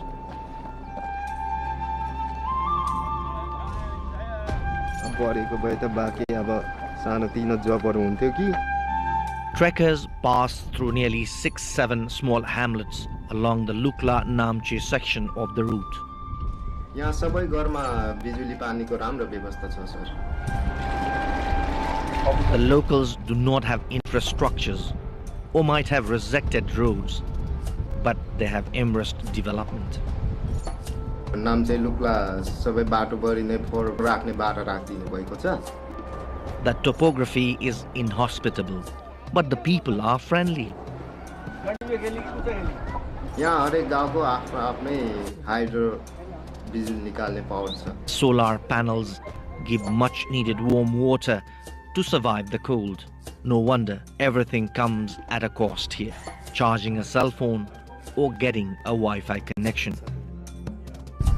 पहिला साह्रै दुःख पाइयो मम्मी सानैमा बित्यो अनि पढ्नै पाएन यस्तो दुःख गर्नु परेछ. अब छोराछोरीलाई चाहिँ अब यस्तो दुःख गरेर भए पनि पढाउँछु. अङ्ग्रेजी बोल्ने भए त अब कति अब खैराहरू भेट्छन्. हिजो पनि 4 जना भेटेको थियो फाल्टो ग्रुप. अब अङ्ग्रेजी बोल्न जानिदैन त्यही भएर पठाइदियो. ल अब यहाँ चाहिँ खाना खाने ठाउँ हो यहाँ खाना खानु पर्यो. हजुर सबभन्दा धेरै चुप्प नै हो किनभने अरू खाजा पनि जान्छ नि त जानु त बनायो भने जान्छ तर त्यो सकिहालेन भने फेरि त्यो बिग्रिन्छ के अमिलो. Food is no more cooked in firewood like in the past, despite LP gas cylinders arriving either on humans' back or the beast of burdens. Our first day trek concludes at Phakding, a small hamlet at an altitude of 2610 meters. Almost all trekkers lodge here on the first day to acclimatize themselves for higher elevations. The place has amenities for travelers at par with an urban town, except roads and infrastructures. यहाँ यो फलामको chimney नभएको त गरै हुँदैन sir. यहाँ त फलामको chimney भएन भने त जाडोले मर्यो. As the dawn breaks, Ram emerges from his overnight elopement for lodging. अब जाने होला सर उकालो.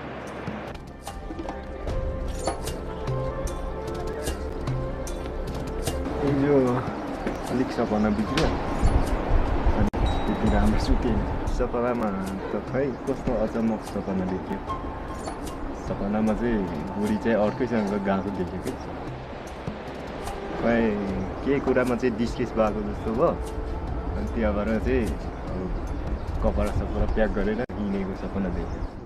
केही गर्न सकिएन खै कहिले के गर्ने हो मान्छे बुढी राम्रो छ सपना चाहिँ त्यस्तो देखेँ कस्तो अचम्म लाग्यो बुढी फेरि मभन्दा ठुलो छ कि मभन्दा त राम्री पनि छ ठुलो पनि छ त्यस्तो सपना देख्दा चाहिँ कुनै केर चाहिँ अब डर पनि लाग्छ के बा पछि अब छोडेर हिँडिने हो कि अब आफूसँग केही नभएपछि त होइन बा अब हिँडिने हो कि जस्तो पनि लाग्छ यो सागो हो यो सागो चाहिँ काठको बनाएको यो बर्खामा ठुलो पानी आउँछ ठुलो खोला हुँदाखेरि त बगाएर लगिहाल्छ फेरि बनाउँछ यो चाहिँ पारी घाँस दाउराको लागि बनाउँछ The Khumbu region has more than a dozen suspension and concrete bridges to safely cross the Dudh Kosi, meaning Milk White Kosi and its tributaries. As we continue our steep climb towards Namche Bazaar, we pass through freshly felled pine trees. यो चाहिँ घरको लागि काठ काटेको हो यो घरको काठ काट्दाखेरि चाहिँ यो निस्केको दाउरा हो सर यो दाउरा अब सधैँभरि खुल्दैन कुनै बेला खुल्दाखेरि चाहिँ काट्ने Only permitted numbers are cut every year, while the locals do not forget to grow pine saplings in their backyard to replace the cut ones.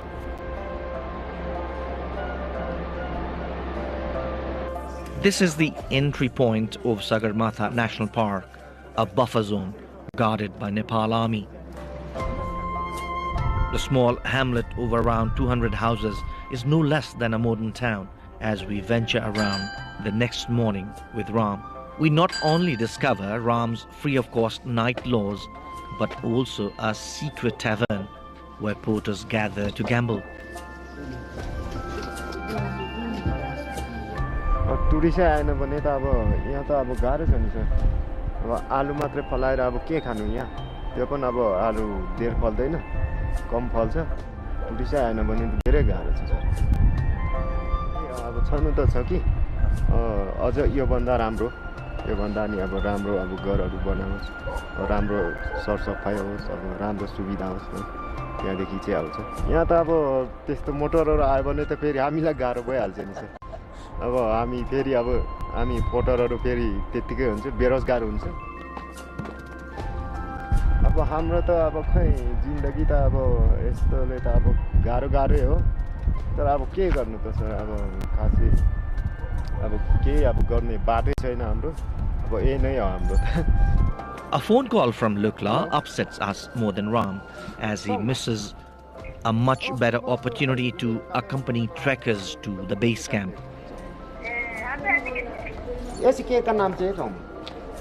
The weather remains unfavorable as we fail to catch a glimpse of the Mount Everest. With a bit of dejection for not being able to see the roof of the world, we start our journey back to Lukla.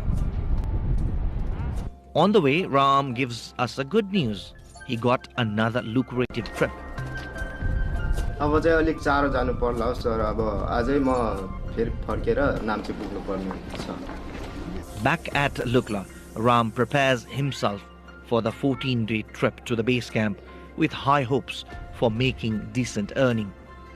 It's time to part now, as Ram bids us goodbye in a haste in Lukla to make his dream come true. A roof for his wife and education for his little princess.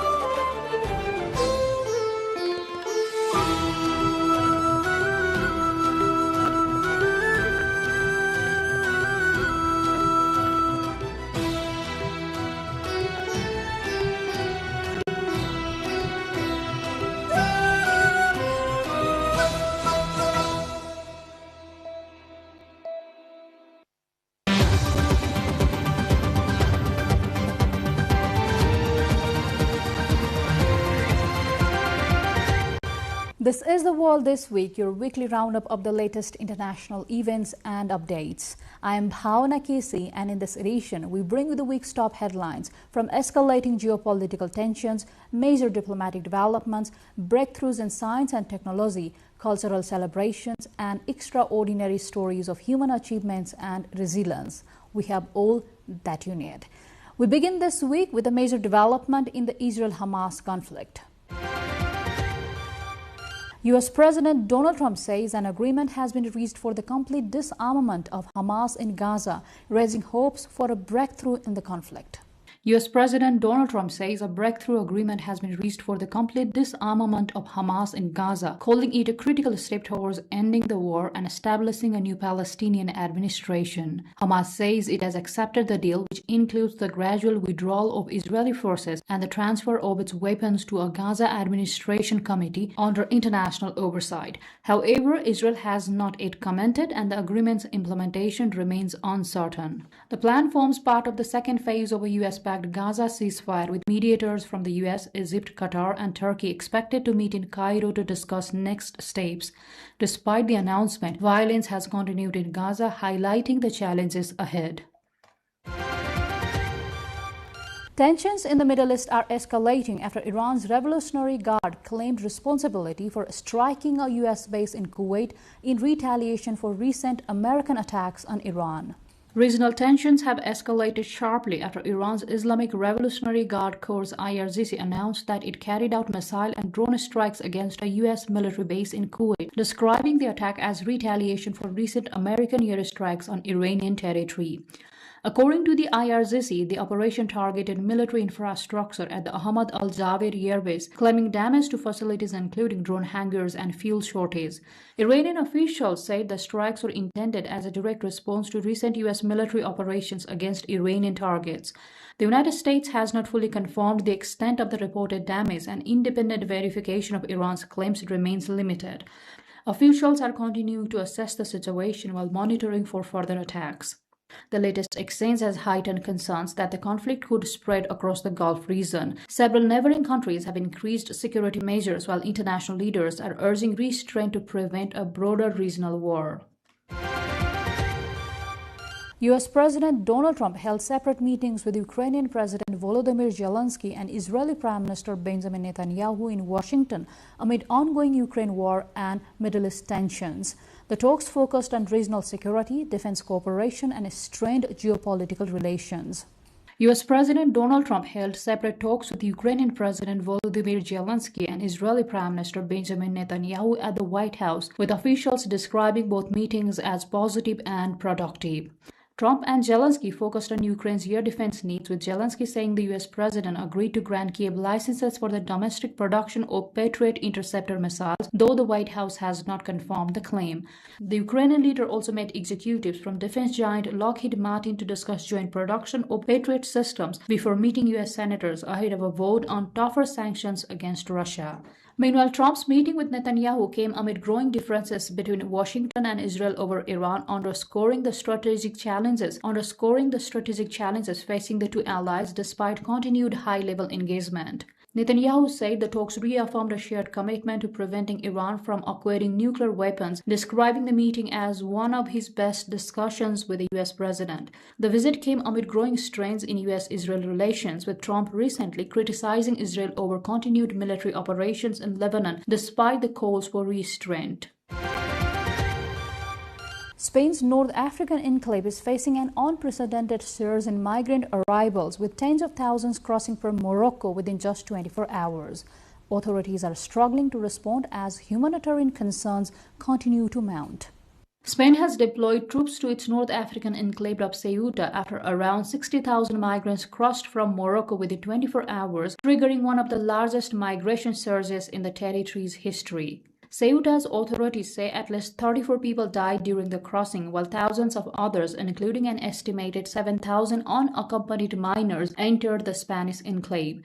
Prime Minister Pedro Sánchez described the mass crossing as an attack on Spain's territorial integrity, vowing that all migrants who entered illegally would be returned to Morocco as soon as possible.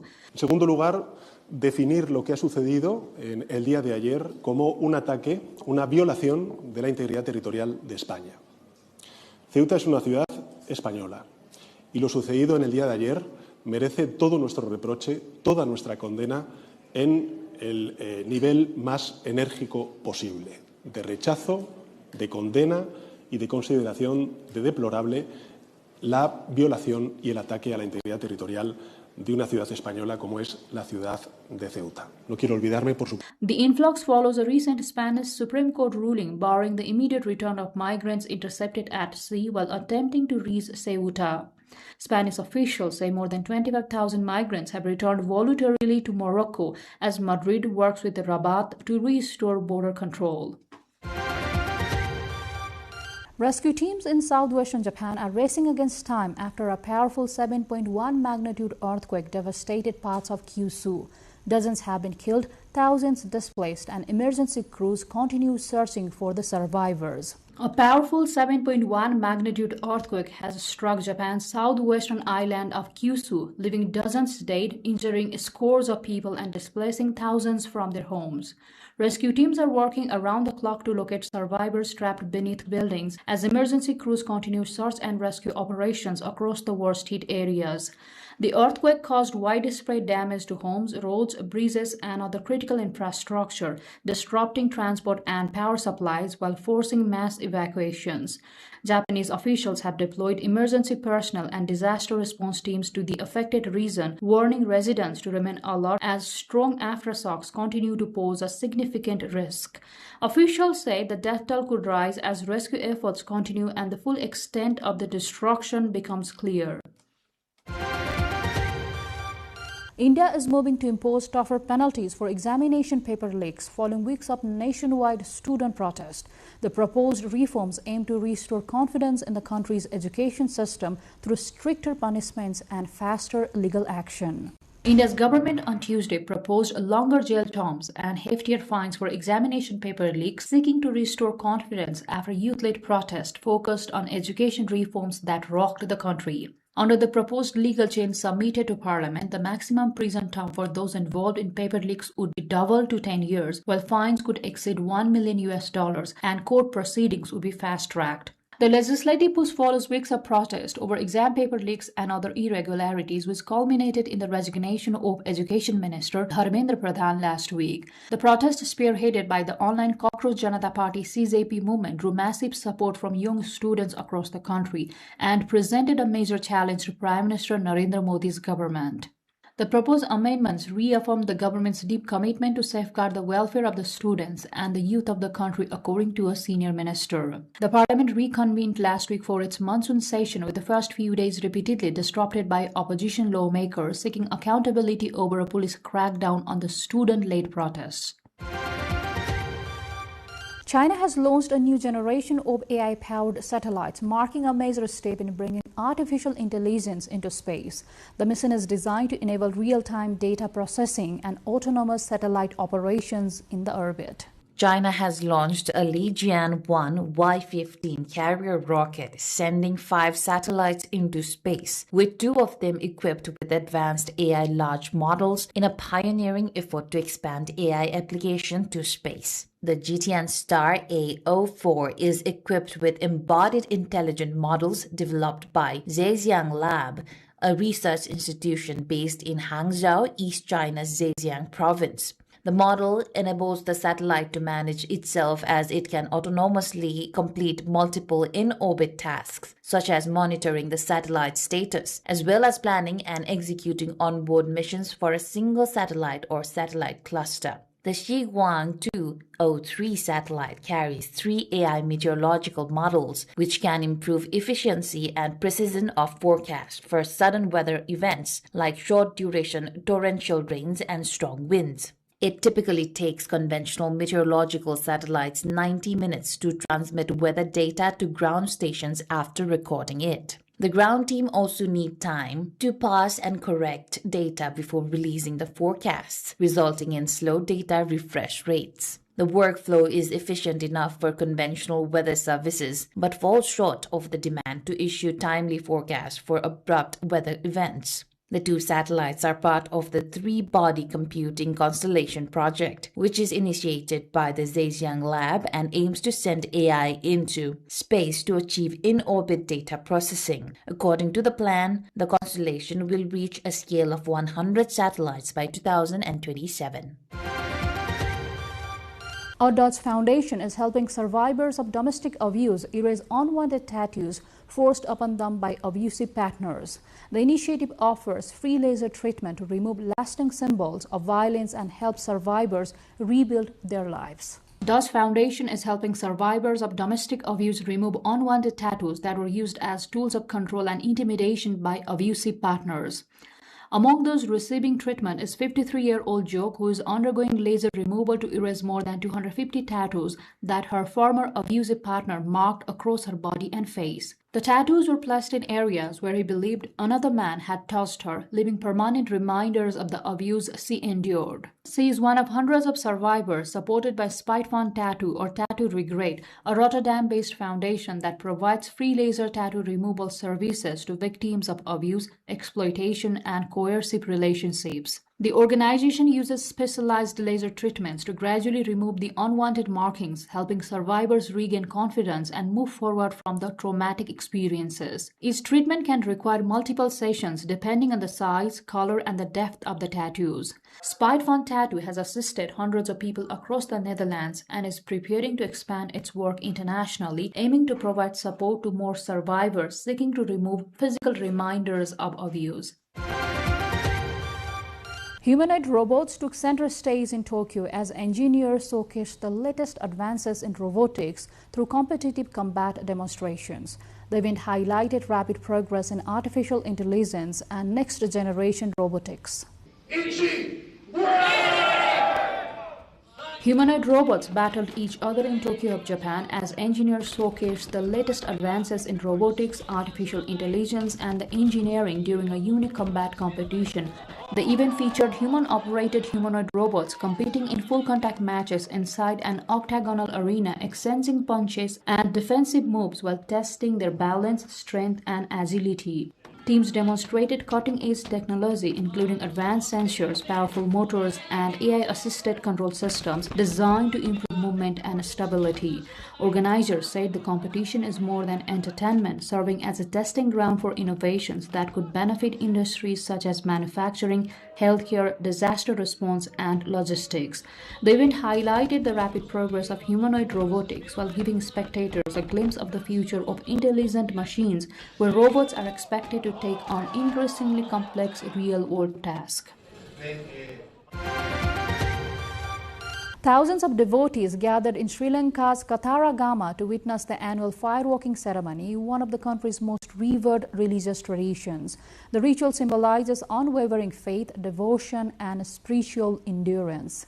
Thousands of devotees, pilgrims, and visitors gathered in Katharagama to witness the sacred fire-walking ritual, one of the most anticipated and spiritually significant events associated with the annual Katharagama Isala festival. Held in the early hours of the morning following the Grand Isala Perahera, the ceremony once again showcased an enduring tradition that has been passed down through generations, symbolizing unwavering faith, devotion, and the fulfillment of vows made to the deity Katharagama. Although the fire-walking ceremony is not officially part of the Katharagama Devalaya's formal religious rituals, it has long become an integral feature of the Isala festival celebrations. Every year, the ceremony is held in front of the Devalaya at the conclusion of the Isala Perahera, attracting thousands of devotees from across Sri Lanka, as well as international visitors eager to witness one of the country's most extraordinary religious traditions.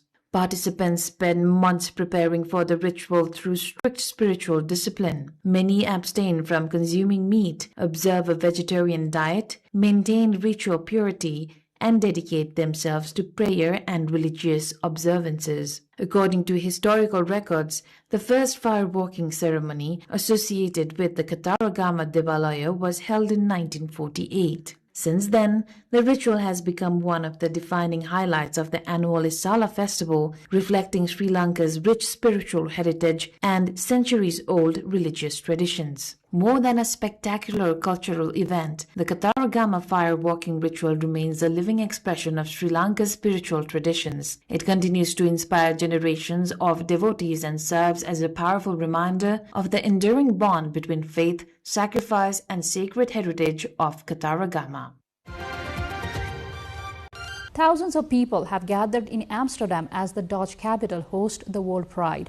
Colorful canal parades, cultural celebrations, and calls for equality are taking center stage during one of the world's largest LGBTQ+ events. World Pride Amsterdam 2026 geopend. Amsterdam has officially launched its annual Pride celebrations, transforming the Dutch capital into a vibrant stage for diversity, inclusion, and equality. This year's festivities are spanning an impressive 2 weeks, making it one of the longest and most comprehensive Pride celebrations in Europe. With more than 300 events scheduled across the city, Amsterdam Pride combines colorful entertainment with a strong message of activism, highlighting the ongoing fight to protect and advance LGBTQ+ rights both in the Netherlands and around the world. The celebrations began with a lively opening day that drew thousands of residents, tourists, activists, and supporters into the heart of the city. Streets in central Amsterdam are filled with rainbow flags, music, performances, and community gatherings as participants march together in the Pride Parade, celebrating diversity while calling for continued progress towards equality and acceptance. The event celebrates love in all its forms and reflects Amsterdam's long-standing reputation as one of the world's most LGBTQ+ friendly cities. The spectators gathered along the waterfront to cheer on the couples, creating a festive atmosphere that blended joy with the message of solidarity. The floating parade has become an international symbol of visibility, freedom, and acceptance, distinguishing Amsterdam Pride from similar events worldwide. Vietnam is transforming its rich cultural heritage into immersive tourism experiences to attract more visitors and boost local economies. Officials say the initiative will help preserve traditional arts while promoting sustainable tourism.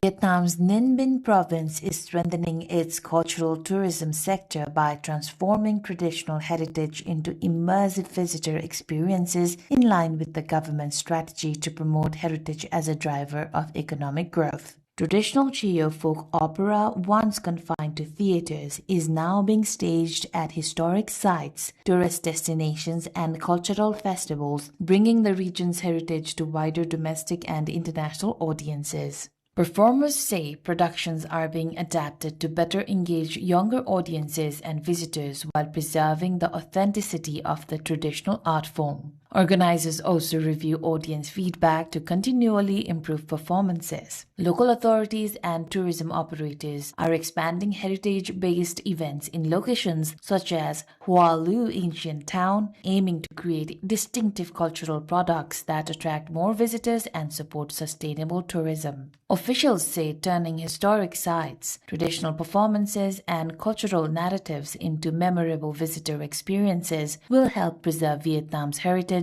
while generating long-term economic and tourism benefits. Thailand has celebrated country's newest inscription in the UNESCO World Heritage Site, as this recognition is expected to strengthen cultural preservation while giving a major boost to heritage tourism.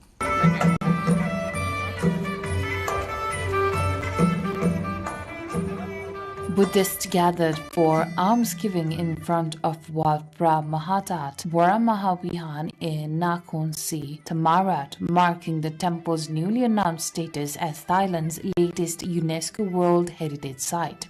Nearly 1,000 Nora performers took to the streets in celebration, showcasing 12 classical Nora movement sequences in a ceremonial offering to the temple's sacred Jedi. Nora, a form of dance drama native to southern Thailand and recognized by UNESCO as an intangible cultural heritage of humanity, is one of the region's most distinctive cultural traditions. The mass performance stood as a powerful expression of community faith and collective pride. UNESCO's World Heritage Committee voted unanimously to inscribe Wat Phra Mahatat War Mahavihan during the 48th session of the World Heritage Committee held at the Busan Exhibition and Convention Center in South Korea on 25 July.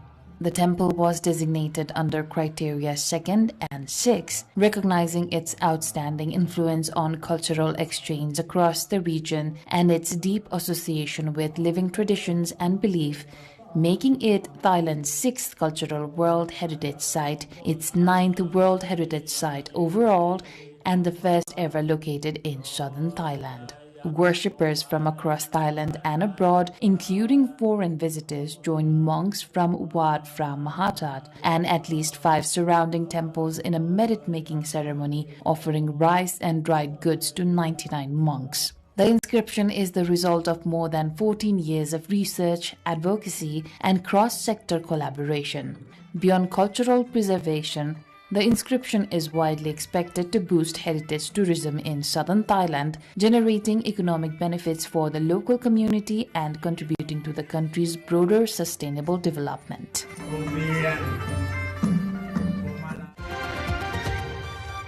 And that's all for this edition of The World This Week. Thank you for joining us, and we hope you enjoyed as much as we did bringing it to you. We look forward to bringing you more of the stories shaping the world next week. You can also visit our website at www.nepaltelevision.com and follow us on our social media platforms and YouTube channel. I am Bhavana Casey. Until next time, take care and goodbye.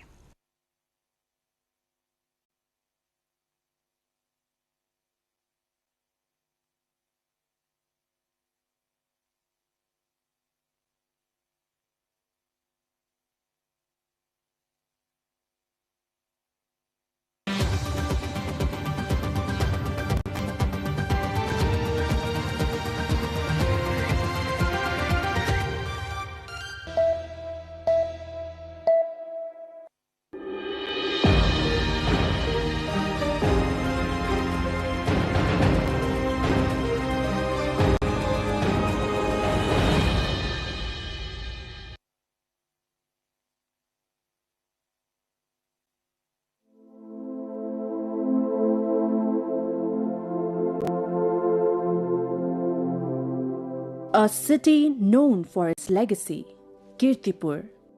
Locals also call it Kipu in their own dialect.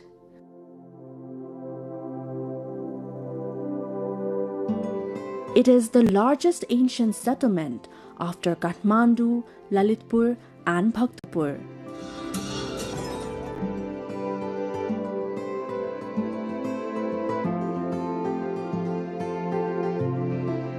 The city still has an impressive Malla-era neighborhood.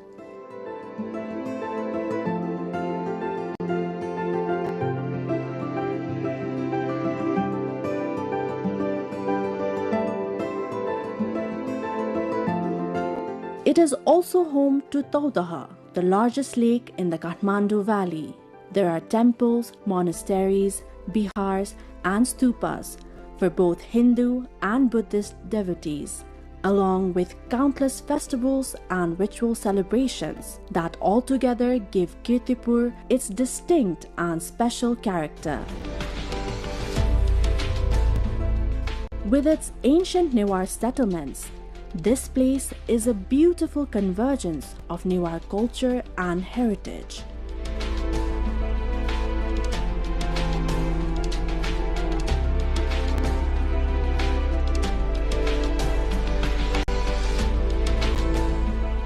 The 2nd century settlements here, the temples and the stupas, along with the legends and the faiths surrounding them, are fascinating. Situated beside the Kathmandu Valley, which once was a natural lake itself, Kirtipur developed as a flourishing hub of early settlement and culture.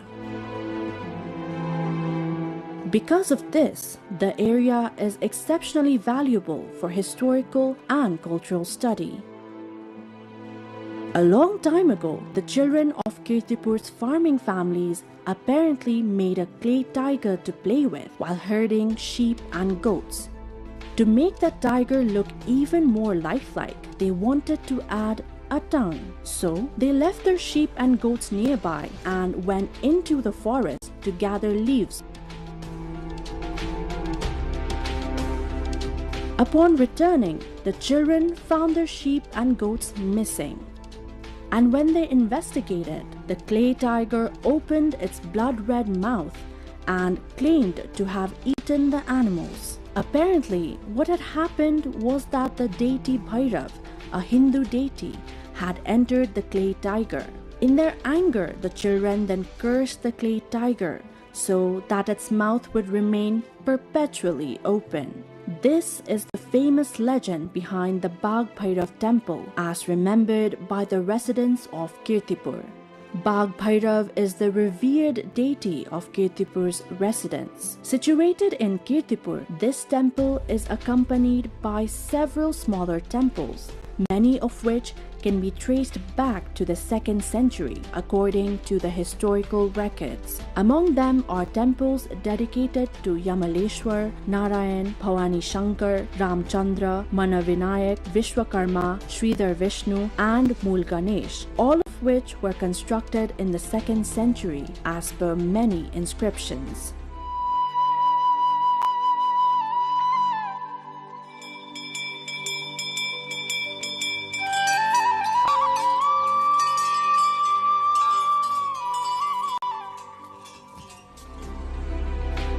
The historical records mention that the Bagh Bhairav temple, originally made by Shivadev, was again renovated in the 16th century by Jagatpal Varma into a 3-tiered pagoda style.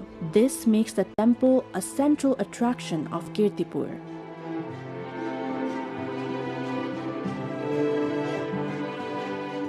Most Newar settlements, which are one of Nepal's ethnic groups, are adorned with temples and stupas. So Kirtipur is home to countless temples and stupas as well, too many to count by hand. The Uma Maheshwar temple here is located at the highest point in Kirtipur. From here, one can take in panoramic views of the entire Kathmandu Valley. Swayambhu, an ancient Buddhist stupa, is clearly visible from this vantage point. It is said that the temple's elevation is roughly the same as that of Swayambhu's. On clear days, the world's highest peak, Mount Everest, can also be seen from here. Uma Maheshwar, representing the Hindu deities of Shiva and Parvati in another form, is considered a symbol of family happiness and love. The temple's tiered roofs, its design, the surrounding houses, and the views are not only beautiful but also reflect its historical significance. It is an excellent place to explore and spend an entire day.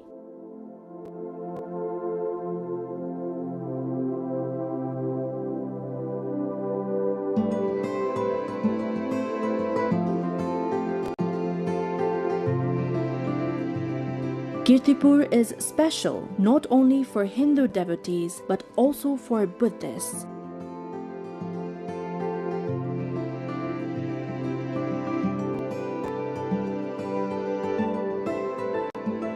Its stupas and bihars are ideal for the study, research, and promotion of Buddhism.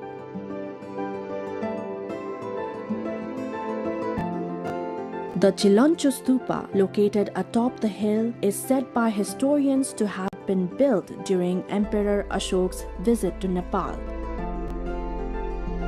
Its renovation, however, took place in the 16th century during the time of Jagatpal Varma. This site is ideal for prayer and meditation. It feels like Chilanchu spreads wisdom along with its fluttering flags under the open sky. It is said that seeing the hills surrounding the Chilanchu Stupa, Prithvi Narayan Shaha, the 18th century king who unified Nepal, coveted Kirtipur. His attempts to capture Kirtipur, intended to make conquering Kathmandu, Bhaktapur and Patan easier, only succeeded on the third try.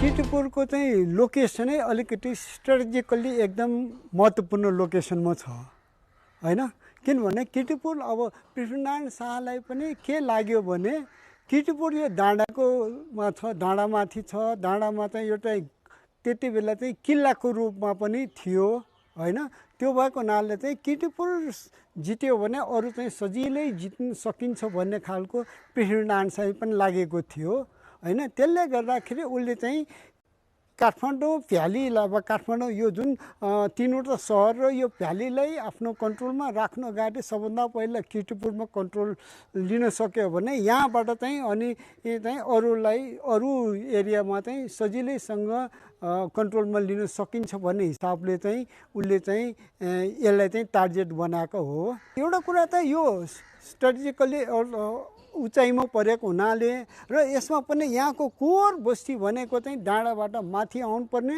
र त्यति बेला तपाईले सुन्नु भए पनि होला किर्तिपुर चाहिँ पुरा गढ पर्खालले घेरिएको थियो त्यो घेरिएको हुनु र चाहिँ त्यहाँ चाहिँ 12 वटा ढोकाहरू चाहिँ थियो र 12 वटा ढोकाबाट मात्र प्रवेश गर्न सकिने त्यस्तो भएको हुनाले चाहिँ एउटा चाहिँ स्ट्रेटेजिकली एउटा चाहिँ यो कोटको रूपमा वा चाहिँ गढको रूपमा चाहिँ विकास भएको पाइन्छ फर्स्ट वारमा चाहिँ कालुपाँडे चाहिँ बर्ड भयो कालुपाँडे मार्यो त्यसपछि चाहिँ के भनाइ छ भने किर्तिपुरहरूले चाहिँ कालुपाँडेको टाउको बोकेर हैन त्यहाँ चाहिँ जात्रा गरेको हामी जित्यौं भनेर जात्रा गर्यो भन्ने छ अब त्यो हिस्टोरिकली छ कतिको फ्याक्ट छ थाहा छैन त्यसले गरेर त्यो भनेको चाहिँ त्यो पनि अब त्यो रिस्क त छ नि पृथ्वीनारायण शाहलाई अनि अर्को के छ भने सेकेन्ड वारमा चाहिँ फेरि चाहिँ आफ्नै भाइको चाहिँ आँखा फुटिएको छ हैन त्यसरी दुई पल्ट चाहिँ उले चाहिँ एकदमै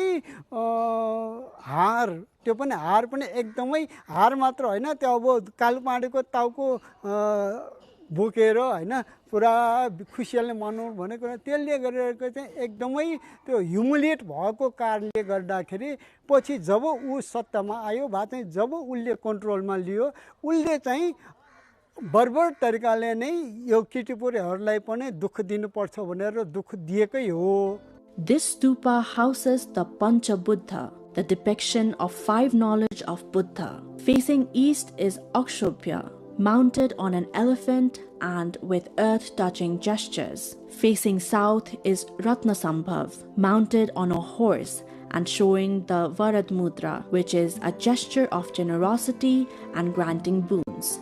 Facing north is Amitabh, seated on a peacock in the meditation mudra, symbolizing infinite light and compassion.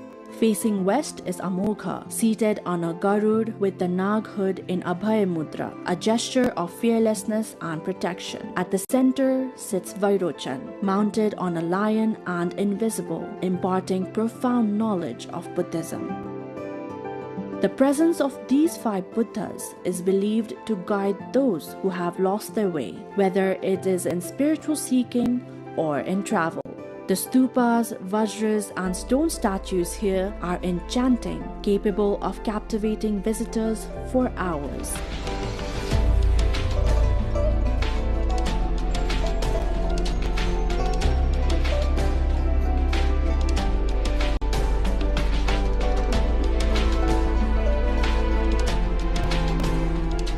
In Panga of Kirtipur, there is a cremation site.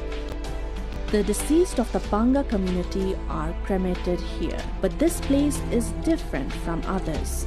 According to local tradition, one cannot stay behind after setting the body on fire. Normally in other places in Hindu tradition, after the cremation, the ashes are collected after a process that can take up to hours.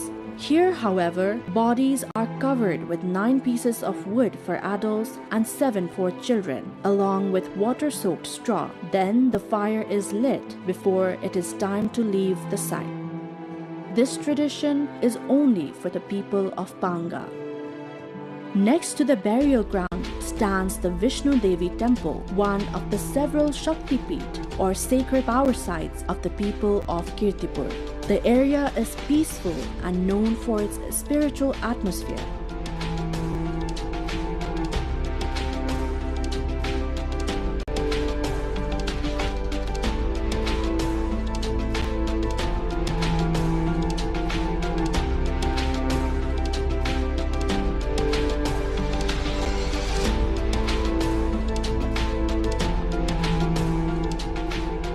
Kirtipur is not only famous for its monasteries and chaityas, it is also rich in history and culture.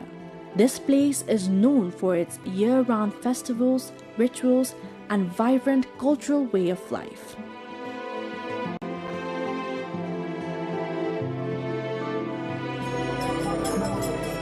Among the important festivals are the Satgaunle Jatra, Gai Jatra, Bagh Bhairav Jatra, and Indrayani Jatra.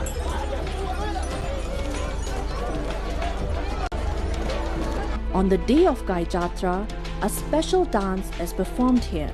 The Dhya Dhya Papa dance, also called Kathmar, is a ceremonial performance where dancers in unique costumes move to traditional music. It is an integral part of Kirtipur's cultural identity.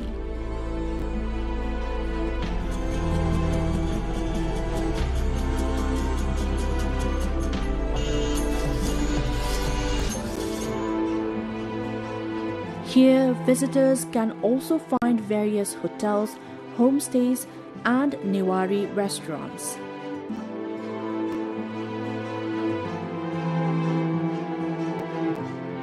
The Newari-style houses and pathways decorated with traditional materials are truly captivating, and the popular Newari restaurants, which draw people from all around, are plentiful.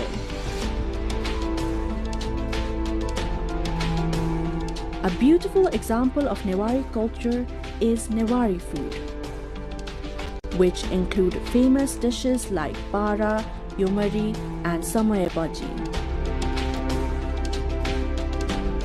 And visitors relish these dishes with great enjoyment.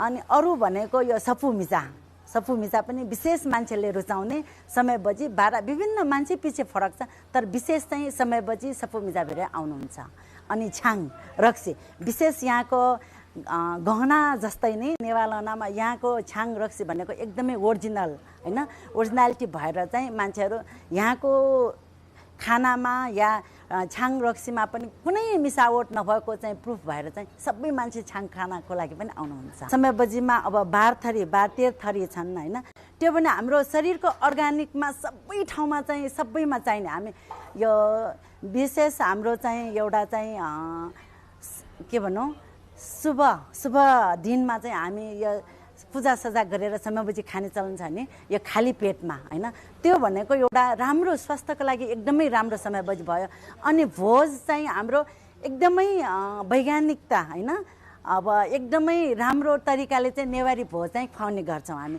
विशेष यहाँदेखि यो पाचन शक्तिलाई पनि एकदमै ध्यानमा राखेर चाहिँ यो पछि यो भनेर तातो चिसो मिलाएर चाहिँ अन्त्यसम्म चाहिँ खुवाउने चाहिँ एकदमै शरीरको लागि चाहिँ scientific proof नै छ के हाम्रो खानामा चाहिँ Just before entering Kirtipur, you arrive at another beautiful spot, Taudaha. Known for its environmental, cultural, and religious significance, this pond stretches about 500 meters in length and 400 meters in width. It is said to be shaped like a funnel.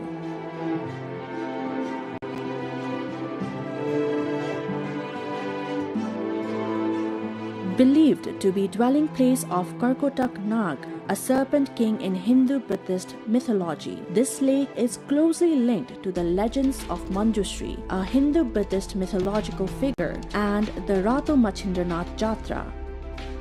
According to the folklore, when the Kathmandu Valley was still a lake, Manjushri cut open the hills to draw the water. The serpents living there were left without a home, so Bhimsen, a powerful heroic figure in Nepali folklore, created Taudaha to shelter them. The famous photo or vest displayed during the Rato Machindranath Jatra also traces its origins to Karkotak Nagraj and Taudaha. Legend says the vest belonged to Karkotak Nagraj, who gifted it to a farmer after the farmer cured his sick serpent queen.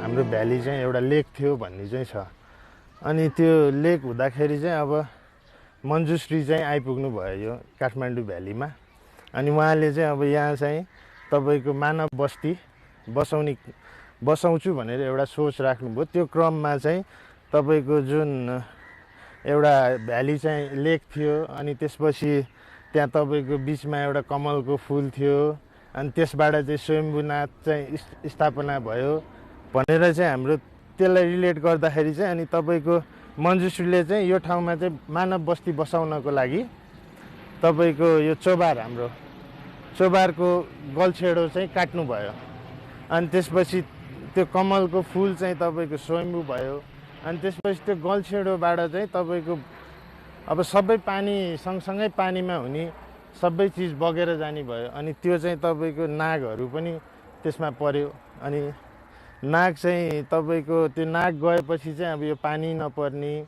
खडेरी लाग्ने तपाईको विभिन्न history किम्वदन्ती अनुसार तपाईको अनि त्यो हुन्छ भनेर चाहिँ हाम्रो कर्कोटक नाग राजालाई चाहिँ तपाईको यहाँ ल्याएर चाहिँ मञ्जुश्रीले स्थापना गर्नुभयो भन्ने चाहिँ एउटा किम्वदन्ती छ। मसिन्द्रनाथ चाहिँ तपाईको पानीको देवता भनेर पनि चिन्छौँ हामीले पानीको लागि चाहिँ मसिन्द्रनाथको पूजा गर्ने यो हाम्रो जात्रा गर्ने यो चाहिँ तपाईको त्योसँग भयो अनि प्लस तपाईको त्यो जुन मसिन्द्रनाथको तपाईको भोटो चाहिँ जुन भोटो चाहिँ त्यो जात्रामा देखाइन्छ त्यो भोटो पनि हाम्रो यहाँको नागले चाहिँ तपाईको दिनुभएको भन्ने चाहिँ एउटा किम्वदन्ती छ। त्यो चाहिँ तपाईको यहाँको नागको चाहिँ तपाईको एउटा किसानले चाहिँ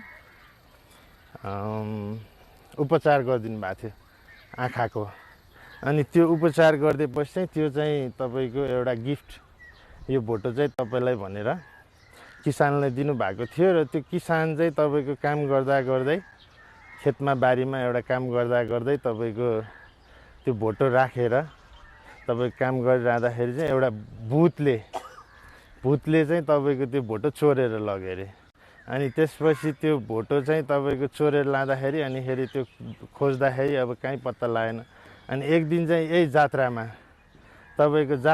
गइराख्दाखेरि चाहिँ तपाईको त्यो भोटो लाएर आएको चाहिँ देखेर त्यो किसानले अनि मेरो भोटो भनेर त्यहाँ अब वार भयो भनौँ न अनि त्यसपछि त्यो भोटो चाहिँ अनि त्यसपछि त्यहाँ जस मसिन्द्रनाथले चाहिँ लिएर यो चाहिँ प्रमाण जसले ल्याउन सक्छ भोटोको मेरो हो भनेर उसैको हुन्छ यो भोटो भनेर चाहिँ तपाईको त्यो मसिन्द्रनाथको जात्रामा चाहिँ हाम्रो त्यो भोटो देखाउने चलन छ र त्यसलाई चाहिँ त्यसरी रिलेटेड छ यो चाहिँ हामीसँग।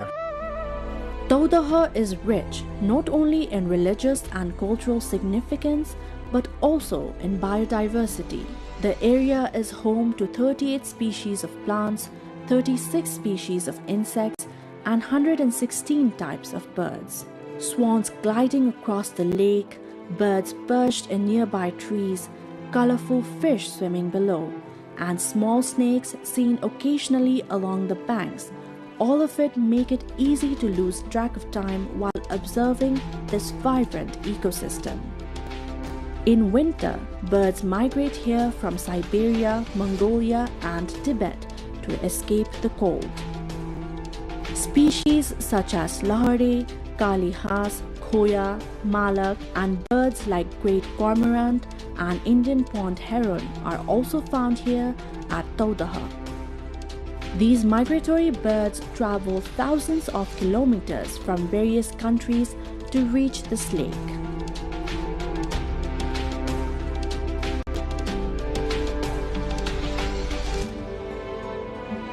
As a wetland area, Taudaha hosts water, land, vegetation, aquatic animals, amphibians, and other wildlife all in one place. For this reason, the lake attracts everyone from casual tourists to students conducting research.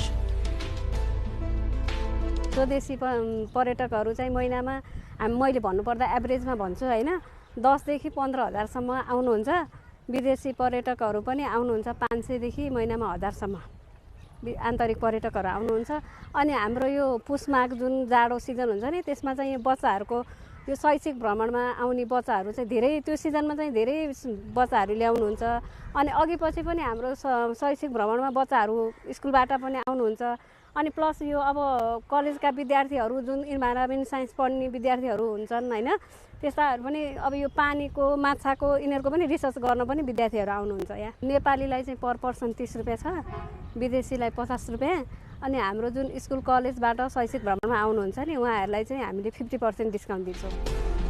As tourist numbers increase, so have vendors selling fish feed around Taudaha. These traders who stay around the lake from morning to evening occasionally also encounter snakes. But believing the snakes to represent Karkotak Nagraj, the traders drive them away by just burning incense. बिहान 10 बजेतिर आउँछु अनि 5 बजेसम्म बस्छु अब कहिले 10 kilo निस्किदिन्छ कहिले 5 kilo कहिले अब यस्तै 1-2 किलो मात्रै जान्छ म बसेको चाहिँ भयो 14 वर्ष भयो अब पहिला भनेको व्यापार त्यति हुन्थेन अब अहिले भनेको जस बिहान बेलुका खानालाई चाहिँ पुग्छ दिनको कहिले 1200 नि हुन्छ कहिले 2200 नि हुन्छ कहिले 1-200 हुन्छ कहिले 20 रुपैयाँ मात्रै नि हुन्छ त्यो चाहिँ हुँदैन जस सँगाली राख्दाखेरि महिनामा 8-10 हजार चाहिँ हुन्छ परारको साल कताबाट सर्व आए देखिन मैले हैन पछि चाहिँ मेरो डडालामा आइपुग्या त्यो सर्व अनि म डढाइ मैले आँखा चिम्ली अनि सुल्ल आफै सर्व चाहिँ उता तलतिर गयो पहरीतिरै. Just before reaching Taudaha, Chobar is a unique tourist spot in Kirtipur.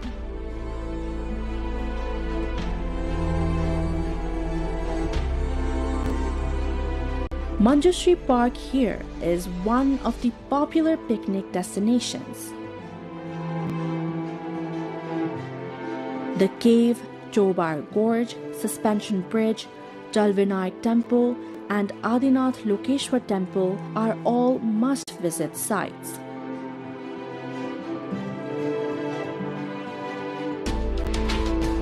This gorge is said to be where Manjushri cut the hills to drain water from the Kathmandu Valley, making it suitable for human settlement. Therefore, this place holds historical and mythological significance.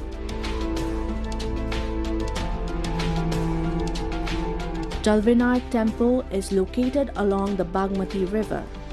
Among Kathmandu Valley's 4 main Ganesh temples, Surya Vinayak, Chandra Vinayak and Ashok Vinayak, Jalvinayak is one of them. It is built in traditional pagoda style.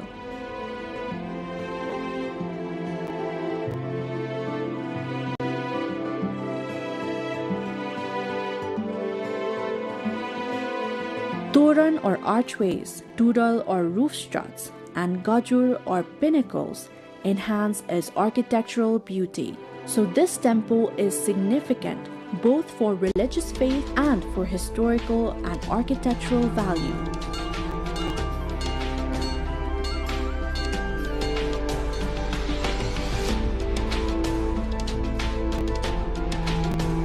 Spread over 14.76 square kilometers, Kirtipur has many places to explore, which cannot be fully visited in a single day. Its heritage, lifestyle, and festivals are all unique. To guide tourists before visiting, a tourist information and service center has been established. It lies near the Kirtipur's entry point. This center provides information about major tourist attractions and helps make the visit easier. Exploring Kirtipur's historical, religious, cultural, and natural sites is incredibly enchanting. These sites are witnesses to history. For research and study, visiting Kirtipur is essential. The local lifestyle, daily life, the breeze, and the scent of the soil here, all of it are very special. In modern times, as ancient civilizations threaten to vanish, Kirtipur strives to maintain its ancient identity. Its monasteries, temples, chaityas, ponds, markets, and even the language reflect this heritage. Kirtipur is not just a tourist destination. It offers experiences of meditation and knowledge, and of peace and beauty. Its stories and hospitality attract everyone. To witness and feel the unique confluence of history, culture, and nature, visiting Kirtipur is a must, not just once, but again and again.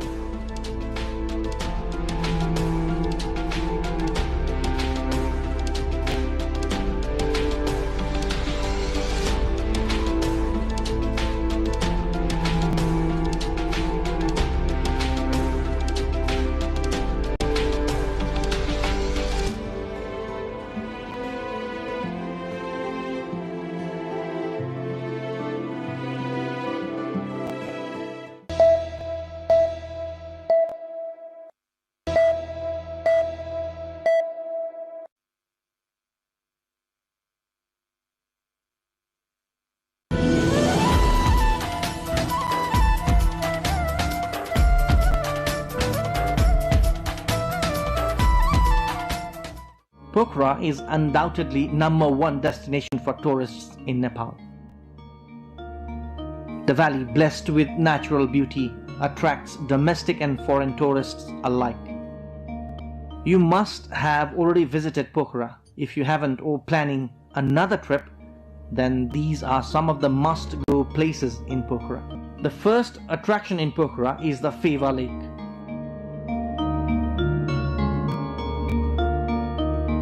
Boating in Feva Lake is a ritual for every tourist visiting this paradise.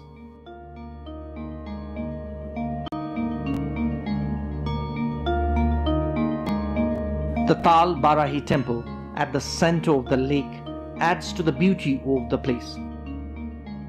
A round-trip boat ride in Feva Lake to and from the temple is a feature of both the lake as well as the temple.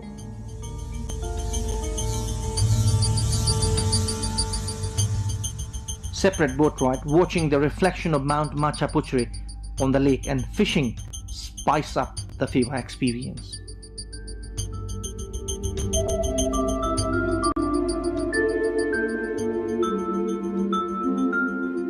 The lakeside along the banks of the Feva Lake is a popular tourist hub.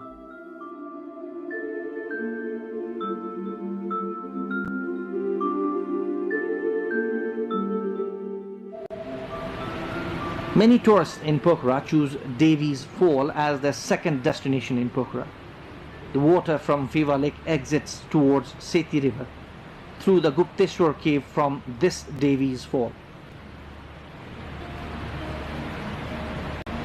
The mighty water stream rushing deep down into the gorge, covered by water vapor, is a magical sight.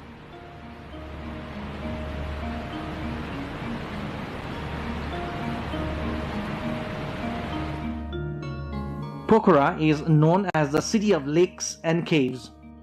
Many of the lakes and caves have religious importance.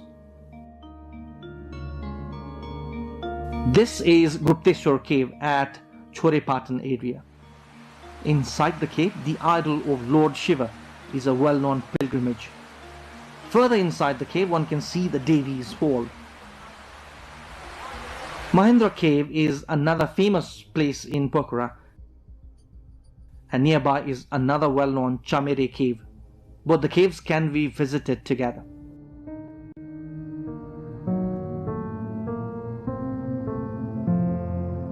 Two other well-known tourist destinations in Pokhara are Beganas and Rupa lakes.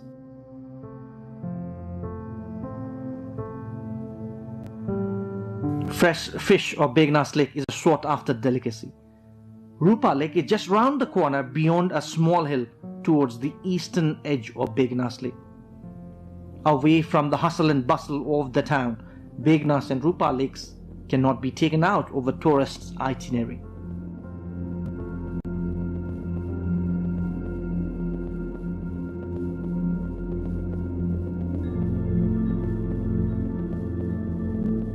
This is the famous white monastery on top of the hill above Pheva Lake.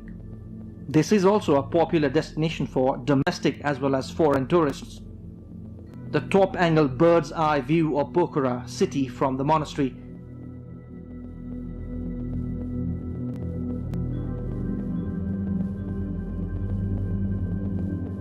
is a sight to behold. The placid Pheva Lake, the tall mountain range, and the birds like paragliding pilots on the background of Sarankot Hill are mesmerizing.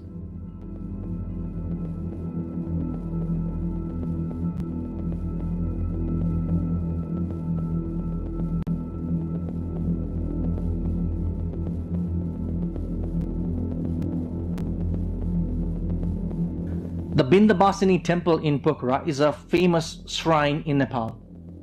The best route to visit the temple is on the way to Sarankot. Devotees throng the Bindabasini temple, which is atop a small hill with panoramic view of Pokhara city. The Bindabasini temple is famous among the Hindus across the country.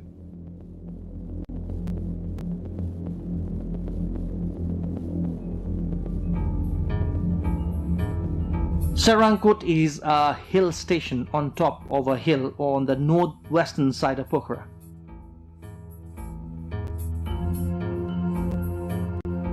A must-go place to see the majestic Mount Machapuchre and Mount Dhaulagiri in the Annapurna range in front of the eyes, and also the Pokhara and Leknath cities on the other side. Sarankot is synonymous to paragliding in Nepal. Taking off from the Sarankot hill, one can enjoy the panoramic mountain range in addition to the bird's eye view of Pokhara city. Ultralight and zip flyer offer a thrill to adventure seekers in Pokhara and are becoming major interests for tourists. Other places including Swarak in Sangja have the potential to be world's best place for paragliding. First time in Nepal, Paragliding Accuracy World Cup was held at this place, situated at Mahapur or Virkot municipality of the district. The place drew global attention after the event. Pokhara, famous tourism destination of the country. Majority of locals engaged in tourism industry. The city of lakes and caves, hub of aviation sports. Some major destinations: Lakeside, Pheva Lake and Tal Barahi Temple, Begnas and Rupa Lakes, Mahendra Gufa.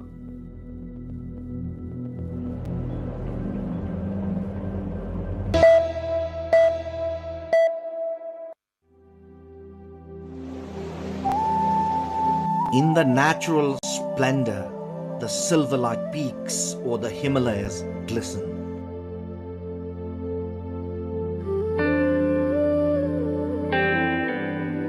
Cradling a pond filled with milk in its lap, the Numbur Himal gleams. The Dudkunda, meaning a milk pond in Nepal's northeastern district of Solukhumbu, is truly the gateway to the paradise.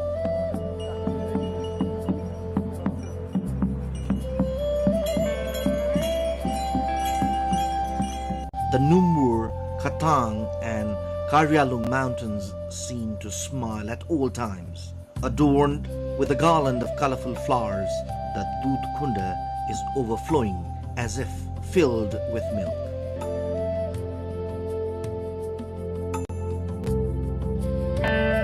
The very sight defines nature at its best. Feels as if the Numbur mountain is giving motherly affection, holding the lake in its lap. The beauty is so serene and virgin that one fears not to stain it by touching. Indeed, Dudkunda is nature at its purest form.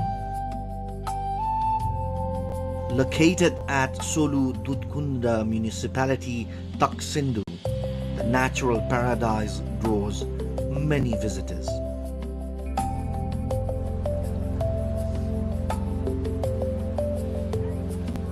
No matter how many words are spent describing it, they all feel inadequate upon reaching there. The name itself is fulfilling and equally sacred.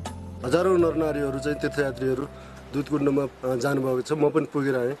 Dudhkund असाध्यै पवित्र स्थल, यो हिमाल काखमा रहेको तीर्थस्थल हो, पुण्यस्थल हो, देवस्थल हो र त्यहाँ चाहिँ एकचोटि पुग्नै पर्दो रहेछ। त्यहाँ पुगेर जुन आनन्दको अनुभूति हुन्छ त्यो चाहिँ कहीँ पनि पाइँदैन भन्ने चाहिँ महसुस भयो। आनन्द लाग्यो, मस्त लाग्यो। अनि यो ठाउँमा चाहिँ आएर तपस्या गरेर बस्नु जस्तो लाग्यो मलाई। एकदमै राम्रो लाग्यो हैन, प्रकृतिले दिएको रमणीय तीर्थस्थल हैन।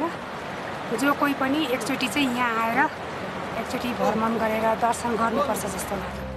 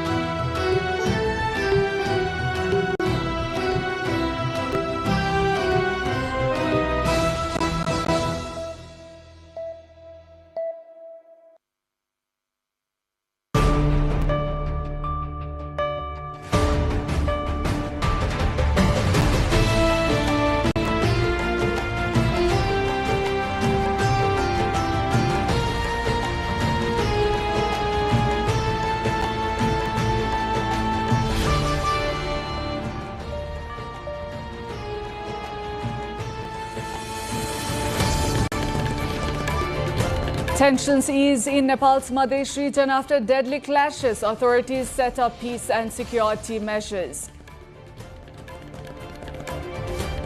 Nepal government launches peace drive. Leaders urge unity, tolerance and social harmony.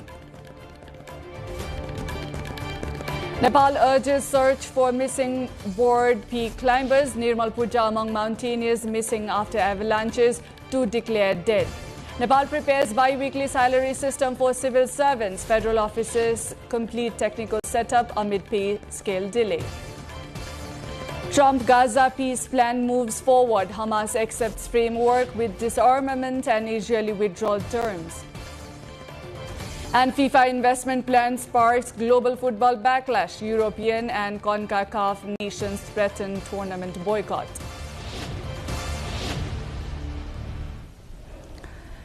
Hello there, I'm Diksha Wasti. You're watching NTV World News Hour. We are coming to you live from Kathmandu at 2200 hours Nepal time. Now the news in details. The situation in Sunsari's Dewaganj area is gradually returning to normal as security agencies intensify coordination and deployment following recent unrest. Eastern Division Commander of the Nepal Army Major General Gaurav Kumar Kesi said security forces remain on high alert while stability improves in the affected areas. The situation eased after Home Minister Sudan Gurung reached a 7-point agreement with the victim's family, paving the way for the cremation process.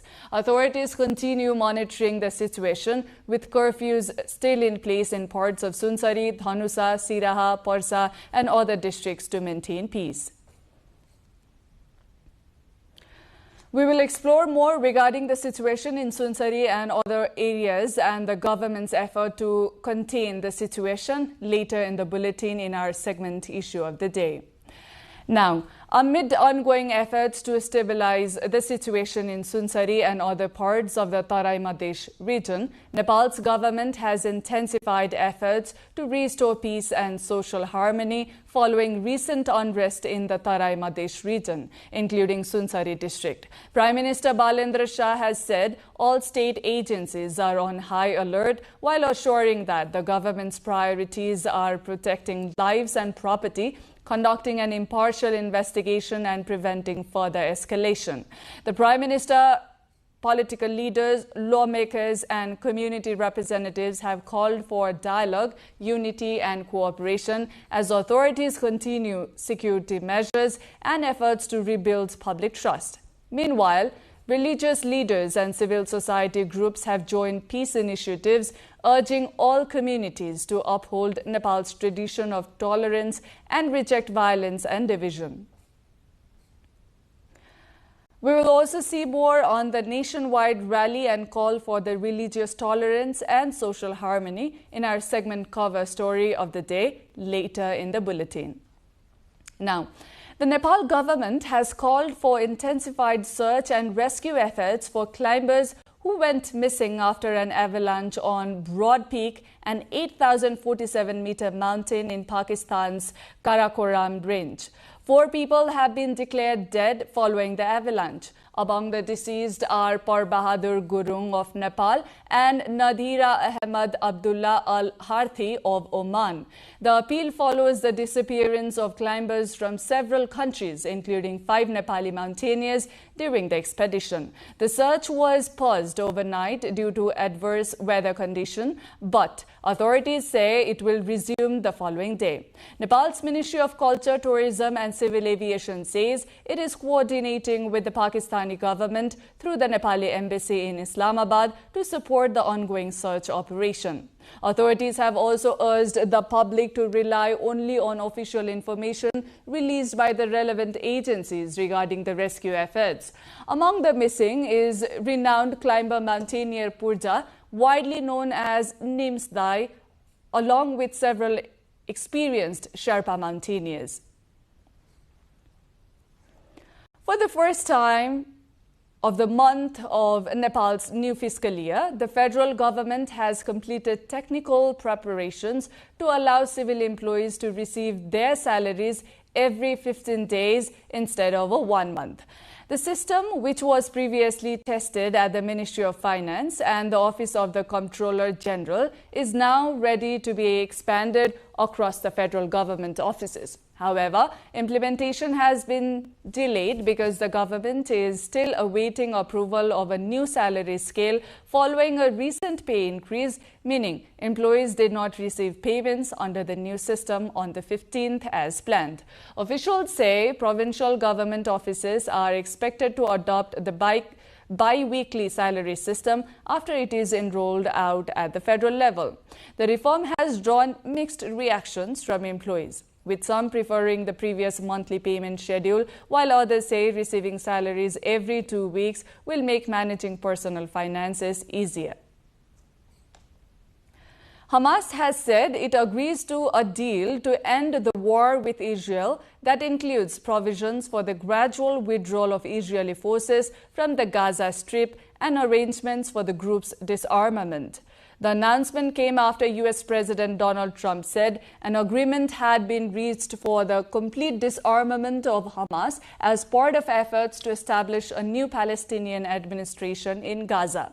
Hamas said a committee set by Trump's Board of Peace would oversee the storage of its weapons, while insisting Israel would not play a role in the disarmament process. Hamas also added that it expects mediators to ensure Israel complies with the agreement, including the phased withdrawal of its forces from Gaza. Moving on, 55 European football associations have agreed to boycott FIFA competitions in the world governing body moves ahead with plans to sell stakes in its tournaments to private investors. The decision was reached during an emergency meeting convened after FIFA publicly unveiled the proposal earlier this week. According to an international media, all 41 member associations of the Confederation of North Central America and Caribbean Association Football, or CONCACAF, have also rejected the plan backed by FIFA President Gianni Infantino. European football's governing body, UEFA, has issued strong statements opposing the proposal, warning it could undermine the integrity of international competitions. If implemented, the boycott would affect all FIFA tournaments, including the Men's and Women's World Cups and the Club World Cup, with the first impact expected during the Women's World Cup playoffs in October. The recent communal violence in Sunsari, which left 2 youths dead and triggered curfews across several Tarai districts, is gradually easing. A 7-point agreement has helped restore calm, while peace rallies, heightened security and community efforts continue to prevent further tensions. More on this in our Issue of the Day segment after this short breather.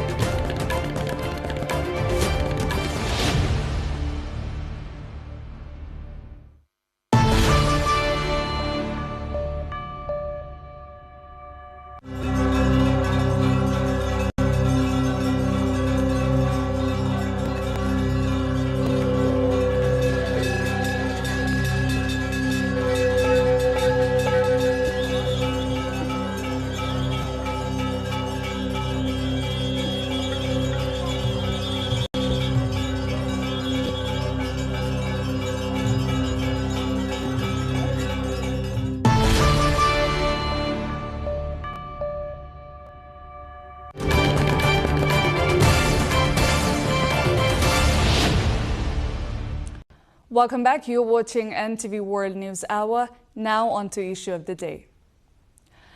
Security officials say the situation in Sunsari's Dewanganj area is gradually returning to normal following recent unrest, with all 3 security agencies, including the Nepal Army, stepping up coordination and deployment. Eastern Division Commander of the Nepal Army, Major General Gaurav Kumar Kesi, said security forces remain on high alert as peace and stability continue to improve in the affected areas. Officials said the situation eased after Home Minister Sudan Gurung visited the incident site, met the injured and reached a 7-point agreement with the victim's family, allowing the cremation process to move forward. Meanwhile, security agencies are conducting detailed assessments and monitoring, while curfews remain in force in parts of Sunsari, Dhanusa, Siraha, Parsa and other districts to control tensions. The Ministry of Home Affairs says efforts are focused on strengthening security and prompting social harmony, with discussions also held with leaders of different religious committees to help restore public confidence. Moving on, authorities and community leaders in Parsa have intensified efforts to maintain peace and communal harmony following the recent incident in Kaptanganj, Sunsari. An all-party meeting organized by the Parsa District Administration Office adopted a 4-point resolution urging communities to uphold law, order, avoid spreading rumors and respect social harmony and the rule of law. Following the meeting, participants organized a goodwill rally in Birganj, appealing for peace, tolerance and unity among all communities. The meeting, chaired by Chief District Officer Bhola Dahal, was attended by lawmakers, political representatives, security officials and civil society members who called for collective efforts to prevent tensions. Meanwhile, residents of district communities in Khaireni, Chitwan also held a goodwill rally led by the Yuva Swarnatara Club to promote communal harmony and reduce tensions in the Tarai region. Meanwhile, Jaleshwar, the district headquarters of Mahotari, remained shut today following a strike called by various Hindu organizations to protect the deaths of 2 youths in shooting incidents in Sunsari and Siraha. Most shops and businesses in the area remained closed, while public transportation services were also halted amid the shutdown. The protesting groups have demanded a fair and impartial investigation into the incidents, legal action against those responsible, and justice for the victims' families. Security has been heightened across Jaleshwar, with Nepal police and the armed police force deployed at key locations to maintain peace and prevent possible disturbances. Authorities have urged the public to remain calm and help maintain law and order amid ongoing tensions following the incidents. The indefinite curfew imposed in parts of the Dhanusha district remains in effect for a second consecutive day amid security concerns and efforts to maintain law and order. The Dhanusha District Administration Office said that restriction has been extended to prevent possible untoward incidents and preserve social harmony in the affected areas. The curfew, which came into force at 3:30 p.m. yesterday, has halted public movement, gatherings, rallies, demonstrations and meetings within the designated zones.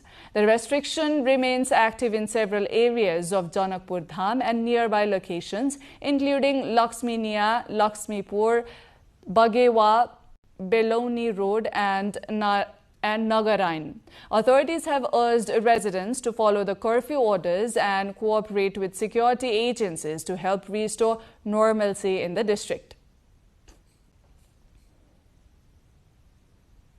Kaptanganj in Devanganj of Sunsari, that became the epicenter of violence following a tussle between two different groups 3 days ago, has finally settled in uneasy calm. Home Minister Sudan Gurung, who reached the incident site Thursday evening, signed an agreement with the guardians of the victims of the incident, bringing the matter to a close. Here's a detail.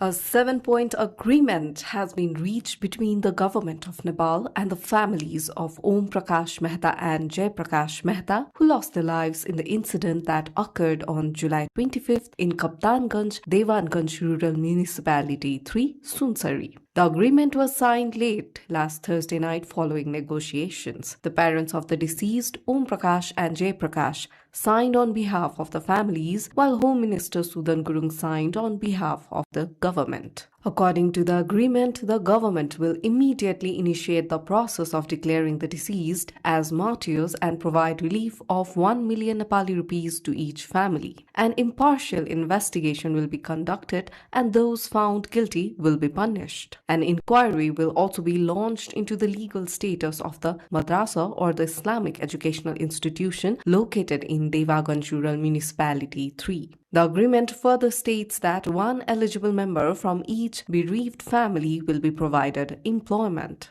Based on the recommendations of the investigation committee, a memorial park will be constructed in a suitable location of the municipality in coordination with the local government to honor the deceased. The victim families expressed confidence that the government will implement its commitment in a timely manner, while the government assured that all points of the agreement will be implemented step by step. Following the agreement, the epicenter of the recent unrest, Kaptanganj, is slowly limping back to normalcy.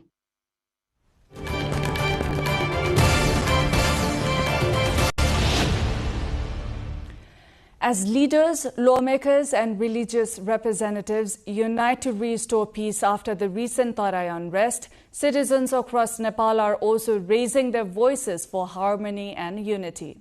We bring you the latest developments, followed by a look at how the public believes peace can be preserved in our cover story after this break.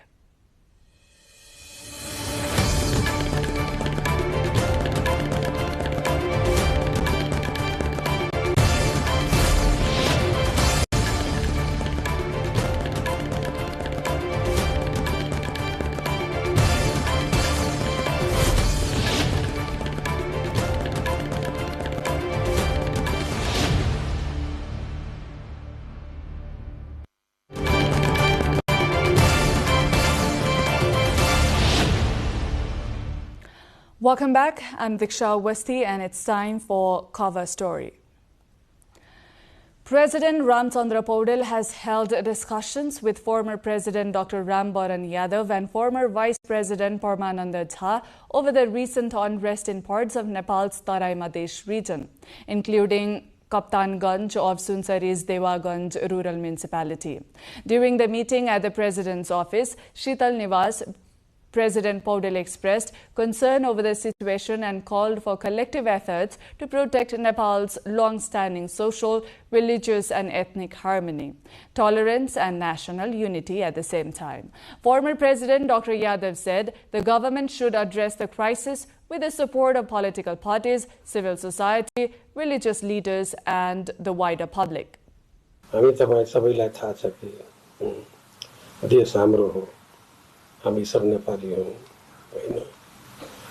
अब जस्तो हाम्रो भौगोलिक विविधता छ, त्यस्तै हाम्रो चाहिँ समुदायगत विविधता छ।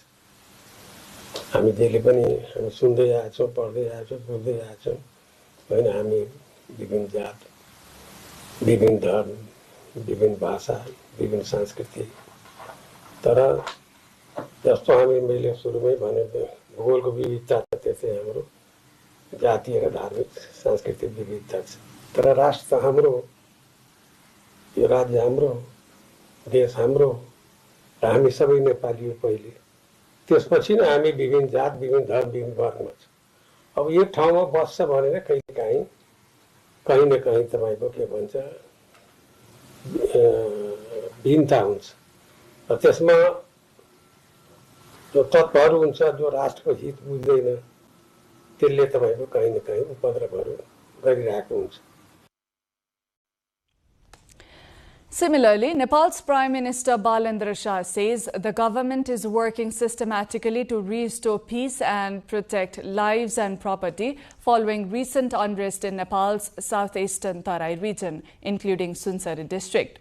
During a meeting with lawmakers from the ruling Rashtriya Swatantra Party, he said all state agencies have been placed on high alert and urged the public to remain calm. The Prime Minister said the government's priorities are ensuring the safety of affected communities, conducting an impartial investigation, and preventing the situation from escalating. He also said security measures at Nepal's border crossings have been strengthened while calling on lawmakers to return to their constituencies and help rebuild trust between citizens and the state. The lawmakers pledged to immediately engage with local communities and recommended continued dialogue with political leaders, civil society and community representatives to promote long-term peace and social harmony. Similarly, Prime Minister Balendra Shah also held talks with leaders of Madhesh-based political parties, reaffirming the government's commitment to preserving national unity and social harmony. The meeting comes amid tensions in parts of Nepal's southern Tarai region, including Sunsari district, where the government says it is working to restore stability. Political leaders urged the government to address long-standing issues in the region through regular public briefings, stronger community engagement, and improved capacity for security forces. They also called for a timely investigation into the Sunsari incident and for the implementation of previous agreements made with Madhesh-based political groups. Participants described the discussions as constructive and expressed hope that continued dialogue would help ease tensions and address the region's long-standing concerns. हामीले के भन्यौ भन्दाखेरि उहाँले तुरुन्तै र्याट्स Tim गठन गर्नुपर्छ, त्यो चाहिँ प्रधानमन्त्री कार्यालयमा यथावत राख्नुपर्छ, पर्मानेन्ट रूप, ताकि यस्तो खालको घटना कतै पनि भयो भने त्यहाँ चाहिँ 5 दिनसम्म लास चाहिँ राखिराख्ने होइन। त्यो 3 घण्टा भित्रमा वार्ता सम्झौता के हुन्छ पुर्याएर के माग हो त्यसलाई पुर्याएर तुरुन्तै 3 घण्टा भित्रमा त्यो लासलाई व्यवस्थापन गरेर रफादफा गर्दै, नभए त्यो जति दिन कुर्यो त्यति नै यो समस्या के हुन्छ विकराल भएर अरू जिल्लामा फैलिने सम्भावना हुन्छ।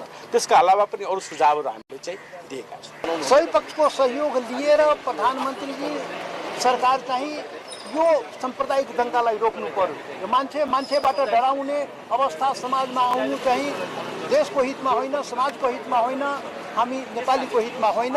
यो सामाजिक सद्भावलाई कुनै पनि हिसाबले चाहिँ हामीले मेन्टेन गर्नुपर्छ, कायम गर्नुपर्छ।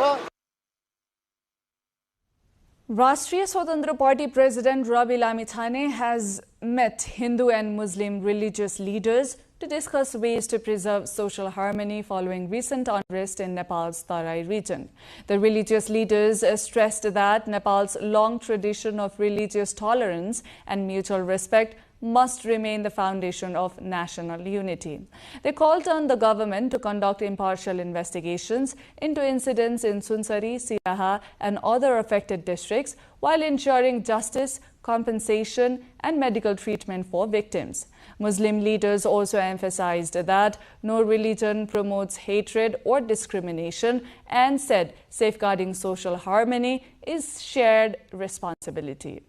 The leaders jointly urged political parties, security agencies, civil society, the media and local communities to reject violence and work together through dialogue to restore peace and national unity.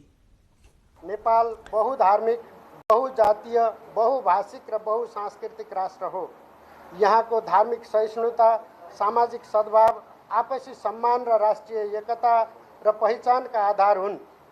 कुनै पनि घटना वा विवादका कारण राष्ट्रिय एकता र पहिचानमा आँच पुग्नु हुँदैन भन्नेमा हामी स्पष्ट छौं। घटनाहरू जुन घटे त्यसका सत्य तथ्य कुरा ल्याएर छानबिन गरी जो कोही दोषी छ त्यसमाथि कडाभन्दा कडा निर्मम भएर कारबाही गर्नुपर्छ। Nepal's Home Minister Sudan Gurung has visited areas in the southern Tarai Madhesh region affected by recent tensions and appealed to all communities to maintain peace and social harmony. During the visit, he directed security agencies to increase surveillance, including the use of drones in sensitive locations, to closely monitor the situation. The Home Minister also instructed authorities to take legal action based on evidence against anyone found spreading rumors, inciting unrest, or attempting to disrupt religious tolerance and public order. He further ordered local administrations to take firm measures against those responsible for creating instability while ensuring peace and security in affected communities. Local authorities have urged the public to remain calm, avoid misinformation and provocation, and continue promoting social harmony as efforts to restore normalcy continue. Nepal's National Assembly Chairman Narayan Prasad Dahal has called for an immediate, fair and credible investigation into recent incidents reported in parts of the eastern Tarai Madhesh region, including Dewanganj rural municipality of Sunsari district. Chairman Dahal urged the government to ensure justice for those affected, provide proper compensation to victims and arrange free medical treatment for the injured. He also called for necessary legal, administrative and security measures to prevent similar incidents in the future, while urging authorities to make the facts public to maintain peace, security and public trust. In a meeting of the National Assembly, lawmakers also demanded the formation of an investigation committee and called on the government to take steps to preserve social harmony and national unity. The lawmakers further appealed to all communities across Nepal to maintain mutual respect, tolerance and cooperation amid concerns over social tensions in the affected areas. Recent incidents of ethnic and religious tensions in different parts of Nepal have sparked concerns, prompting social harmony rallies across the country. Students, political parties, civil society representatives and members of various religious communities have joined the rallies calling for peace, unity and mutual respect. Participants said Nepal's ethnic, cultural and religious diversity should be upheld as a source of national strength rather than division. Here's a report. Amid rising tensions following recent incidents in Sunsari district, people from different ethnic and religious communities have come together, sending a strong message of peace, unity and mutual respect through social harmony rallies. In Sundar Bazar of Lamjung, students organized a peaceful solidarity march carrying banners that promoted national unity and communal harmony. Members of the local Muslim community also joined the rally. Participants urged people not to give space to hatred, violence or division, but instead to embrace dialogue, tolerance and peaceful coexistence. They said Nepal's rich cultural and religious diversity should be celebrated as a source of national strength rather than division. A similar message resonated in Siraha, where people from different faiths marched together carrying placards that read, "Hindus and Muslims are one, and Buddhists, Sikhs and Christians are brothers." Following the Kaptanganj incident in Sunsari, authorities in Parsa have stepped up efforts to maintain peace and restore normalcy. An all-party meeting convened by the District Administration Office adopted a 4-point resolution aimed at preserving communal harmony. Meanwhile, peace rallies promoting social harmony were also held in Chitwan, where participants called for unity, mutual respect, and peaceful coexistence. A similar social harmony rally was held in capital Kathmandu also. In Birgans, an all-party, all-community harmony rally was organized, beginning from the district administration office and concluding at Khantagar. Addressing the gathering, members of the House of Representatives Hari Pant said the rally was organized to reinforce peace, security, and communal harmony in Parsa following the recent Kaptanganj incident and growing concerns in parts of Madhya province. In this context, we asked the public about the role citizens should play in maintaining peace and order in the country by promoting peace, harmony, unity, and brotherhood in society. Let's hear what they say in today's Public Pulse. घर घरमा पनि प्रेमका सद्भावका करुणाका कुरा अरूलाई आज जे परिरहेछ त्यो मलाई पनि पर्न सक्छ भन्ने यो एम्प्याथी सहित हामीले विचार गर्यौं र त्यही अनुसार संवादहरू गर्यौं कुराकानी गर्यौं भने मलाई लाग्छ यसले हामीलाई धेरै हेल्प गर्छ। हाम्रो यो समाजमा यस्तो खालको द्वन्द देखिनु एउटा धेरै नै दुःखद कुरा हो र यसको लागि चाहिँ हामीले एकअर्कामा सम्मान स्थापित गर्दै एकअर्काको चाहिँ धर्मलाई सम्मान गर्दै हामी अगाडि बढ्नुपर्छ। जातीय अथवा धार्मिक अथवा क्षेत्रीय भड्कावहरू भड्काएर राजनीति गर्ने आफ्नो स्वार्थ पूरा गर्ने खालको जुन प्रवृत्तिहरू केही समय हामीले त्यो अनुभूति गरेका छौं त्यस्ता प्रवृत्तिहरू पनि रोकिनुपर्छ। यस्तो भयो भने बल्ल हामीले शान्ति सद्भाव सहिष्णुता चाहिँ कायम गर्न सक्छौं। हरेक क्षेत्रमा चाहिँ समावेशिता, हामीले समावेशिता भनेको खाली उपस्थितिको मात्रै होइन, एउटा चाहिँ महत्त्वपूर्ण हिसाबले चाहिँ उहाँहरूको चाहिँ सबै खाले उपस्थितिमा, छलफलमा, निर्णयमा, कार्यान्वयनमा, लाभ बाँडफाँडमा सबै ठाउँ समावेशिता कायम गर्न सकियो भने त्यो अनुभूति हुन्छ र समाजमा सद्भाव कायम हुन्छ। यसमा चाहिँ छलफल वार्ता र विशेष गरी जसले विशेष गरी महसुस गरेको छ नि धार्मिक हिंसाको महसुस गरेको छ त्यो परिवारलाई क्षतिपूर्ति दिने, राहत दिने, अब सम्झाइ बुझाइ त्यस्ता प्रक्रियामा जानुपर्छ, बल प्रयोग कम गर्नुपर्छ भने थप संवेदनशील भएर नेपाल हिजो जस्तो थियो आज पनि त्यस्तै बनाउनुपर्छ। धार्मिक द्वन्द्व नेपालीको पहिचान होइन, नेपाली बनाऊ, नेपालीलाई माया गरौँ। नागरिक समाज, त्यसपछि पत्रकार, त्यसपछि तपाईलाई प्रहरी प्रशासन सबैको राजनीतिक कर्मी सबैको सर्वदलीय बैठक गरेर एउटा यसको निकास निकाल्नतर्फ हामीले गम्भीर प्रयास गर्नुपर्छ।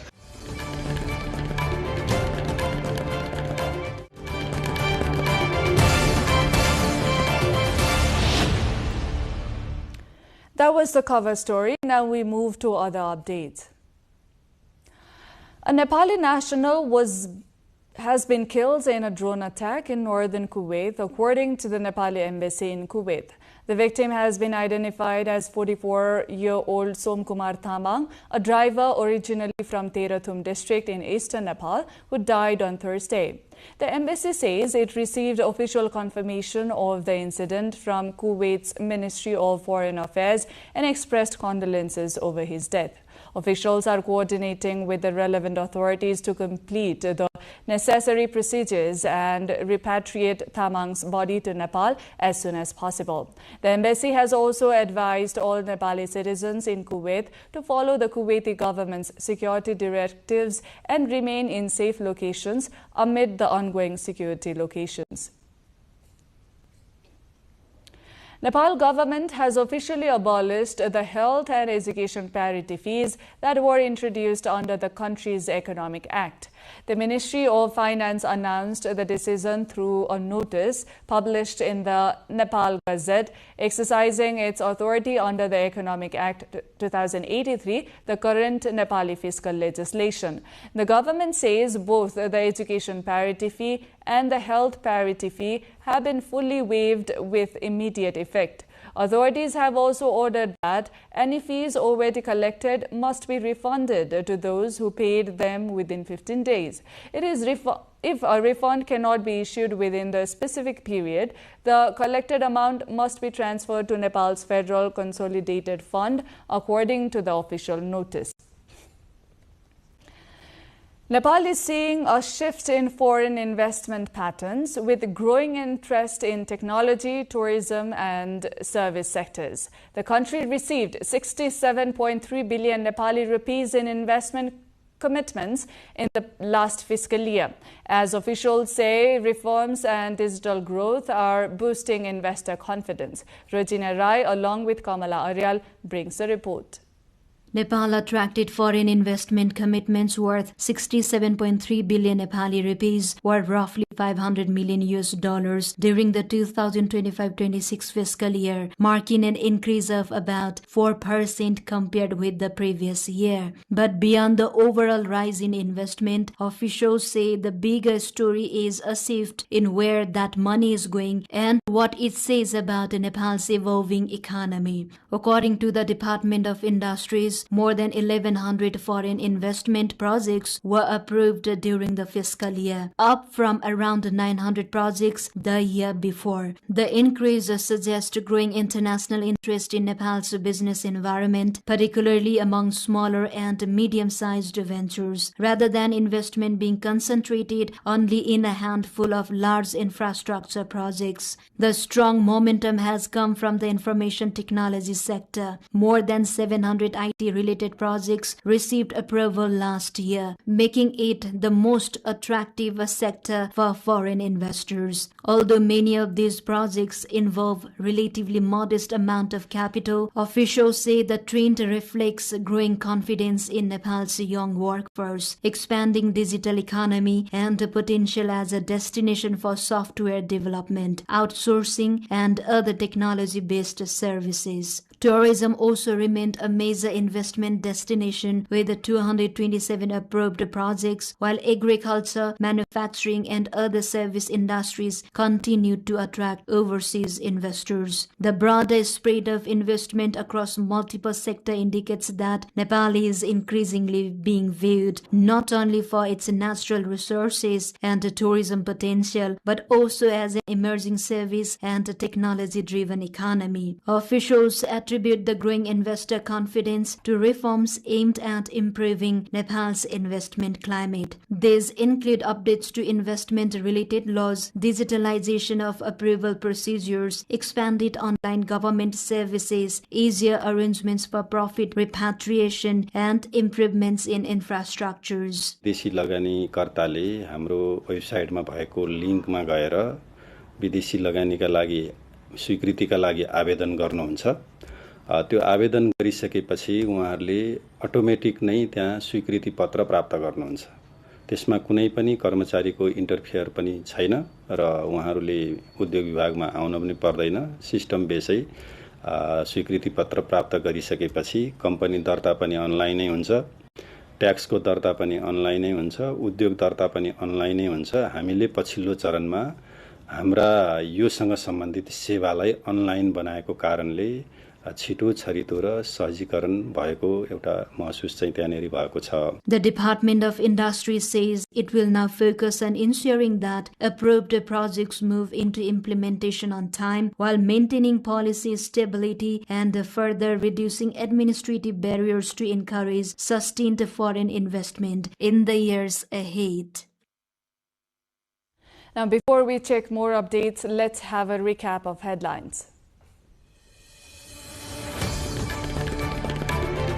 Tensions ease in Nepal's Madhesh region after deadly clashes. Authorities step up peace and security measures. Nepal government launches peace drive. Leaders urge unity, tolerance and social harmony. Nepal urges search for missing Broad Peak climbers. Nirmal Purja among mountaineers missing after avalanche, 4 declared dead. Nepal prepares bi-weekly salary system for civil servants. Federal offices complete technical setup amid pay scale delay. Trump Gaza peace plan moves forward. Hamas accepts foreign work with disarmament and Israeli withdrawal terms. And FIFA investment plan sparks global football backlash. European and CONCACAF nations threaten tournament boycott.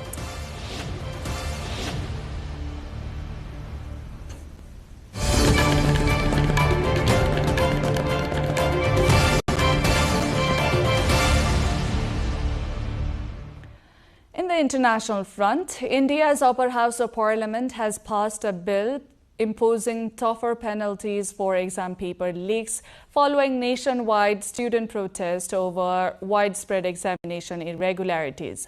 The legislation doubles the maximum prison sentence to 10 years and raises the maximum fine to more than $1 million for those convicted of leaking examination papers. The bill, which was approved by the lower house a day earlier, now awaits presidential assent to become law.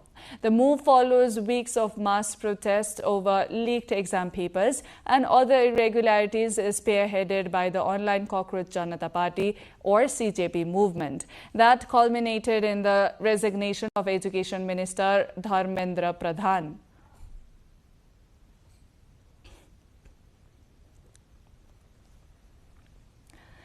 An estimated 49,000 migrants crossed from Morocco into Spain's North African enclave of Ceuta by land and sea over the past 24 hours, overwhelming border controls and prompting Madrid to deploy the armed forces. Spanish officials said at least 7,000 of the new arrivals are minors, while at least 18 people have died in recent days attempting the crossing. The surge follows a recent Spanish Supreme Court ruling that migrants intercepted at sea while heading to Ceuta or Melilla cannot be immediately returned to Morocco. Spain's Prime Minister Pedro Sánchez strongly condemned the incident, calling it a violation and attack on Spain's territorial integrity. En segundo lugar, definir lo que ha sucedido en el día de ayer como un ataque, una violación de la integridad territorial de España. Ceuta es una ciudad española y lo sucedido en el día de ayer merece todo nuestro reproche, toda nuestra condena en el nivel más enérgico posible, de rechazo, de condena y de consideración de deplorable la violación y el ataque a la integridad territorial de una ciudad española como es la ciudad de Ceuta. No quiero olvidarme, por supuesto.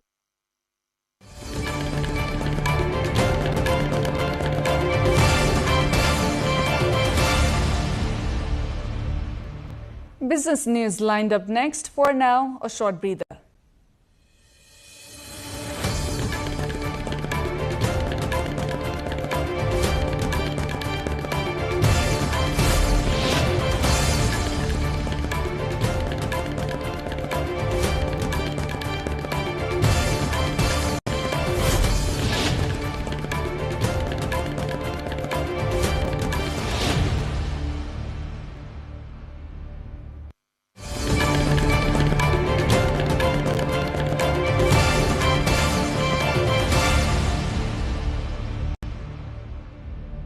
Britain has announced an $11.2 billion investment for the next phase of its Dreadnought-class nuclear submarine program, aiming to boost domestic manufacturing, strengthen the defense industrial base, and create thousands of skilled jobs. Defense contractor BAE Systems will receive around $7.9 billion of the funding, with the remainder allocated across the wider UK supply chain. The government said the program will support around 47,000 jobs and apprenticeships while advancing the construction and testing of 4 nuclear-powered submarines. The investment forms part of a broader commitment of around $84.6 billion over the next 4 years to Britain's nuclear deterrent and defense capabilities, including the new attack submarines, part of its AUKUS military alliance with Australia and the US.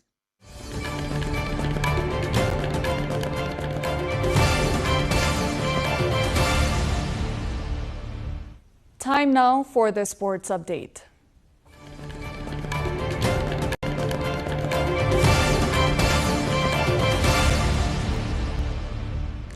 Italian football legend Franco Baresi has died at the age of 66, with his former club AC Milan confirming his passing on Friday. Baresi, regarded as one of the greatest defenders in football history, captained AC Milan during the club's golden era in the 1980s and 1990s, helping them with 3 European Cup titles and 6 Italian league championships. He made 719 appearances for AC Milan before retiring in 1997 and later continued his association with the club as honorary vice president. At the international level, Baresi was part of Italy's 1982 FIFA World Cup winning squad and led the national team as captain to the 1994 World Cup final. AC Milan paid tribute to the club icon, saying Baresi's example and integrity would remain a permanent part of the Rossorians' identity.